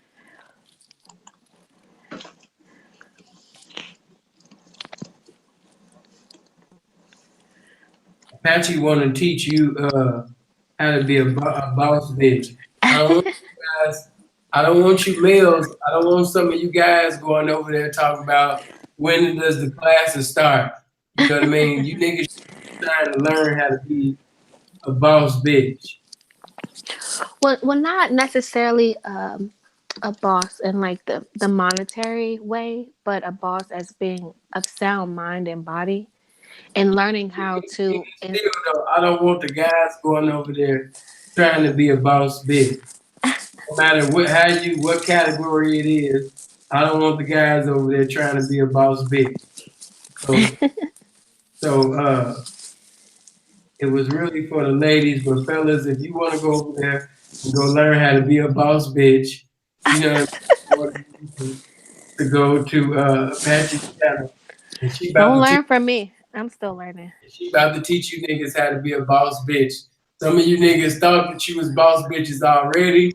She about to give y'all the game on how to boss up and be a better boss bitch. Look at some niggas is ready to argue now. I can see one nigga now talking about, I'm already a boss. Hold on, excuse me, if you already, you know what I mean, a boss bitch, it is what it is. But I appreciate, you know, all of these beautiful women for coming out, definitely for fellowshipping, you know what I mean, with me, tolerating me, you know what I mean? And I appreciate you guys for staying up with me and being a blessing, you know what I mean, as well. I'm not even gonna give my information. Y'all already know my information. You know what I mean? I appreciate y'all. I was just only concerned about the ladies promoting their channels. Y'all already know about my ass. If y'all want Oh, also, go ahead. sorry. Also, my my Instagram is more in depth about spiritual healing and spiritual cleansing, and my Instagram is the exact same as my YouTube channel. So, but it's private because I talk about some esoteric stuff over there. So, if you want to follow me, my Instagram is the same as the YouTube. That is all. Ladies, did you have anything to say before we leave? Paulina, Nicole, Hillary, Apache, did you have anything that you wanted to say and convey to the people before we depart? No, I don't. Well, yes, I do. Share this video out and see you soon. Yes, thank you, ladies. It was such a pleasure speaking with all of you, and thank you, Sin, for the opportunity. I really appreciate it. Oh, Sin, thank you so much for the opportunity. It's always a pleasure every time we get together. Ladies, if you haven't been to my Facebook page, everybody go to it. I'm doing a Facebook Live tomorrow with Trina Block Johnson from Los Angeles. She owns her own business in skincare, so she's going to be addressing the inner beauty movement tomorrow and helping the sisters out with good skincare. We take on the makeup and sometimes too much, and we don't learn how to take care of our skin. So she's going to be addressing the inner beauty movement tomorrow evening, Facebook Live. The only thing I want to say, of course, thank you, Sinful, for continuing to bless people. But what I really wanted to say was that a mind is a powerful thing, and whether you believe you can do something or whether you believe that you can't do something, it's all the same energy that you're putting towards it. So as a minority or whoever is watching, be more conscious about the type of thoughts that you have and be more conscious of the energy that you put out because it all holds the same weight. So try to invest more energy into believing that you can succeed. That's it. all right. Well, I appreciate all of you. It's been a blessing. Hope you guys live as long as you want and never want as long as you live. Everybody be blessed. Take your ass to bed, and I will see you later on this morning. Stay blessed. One. Have a good night.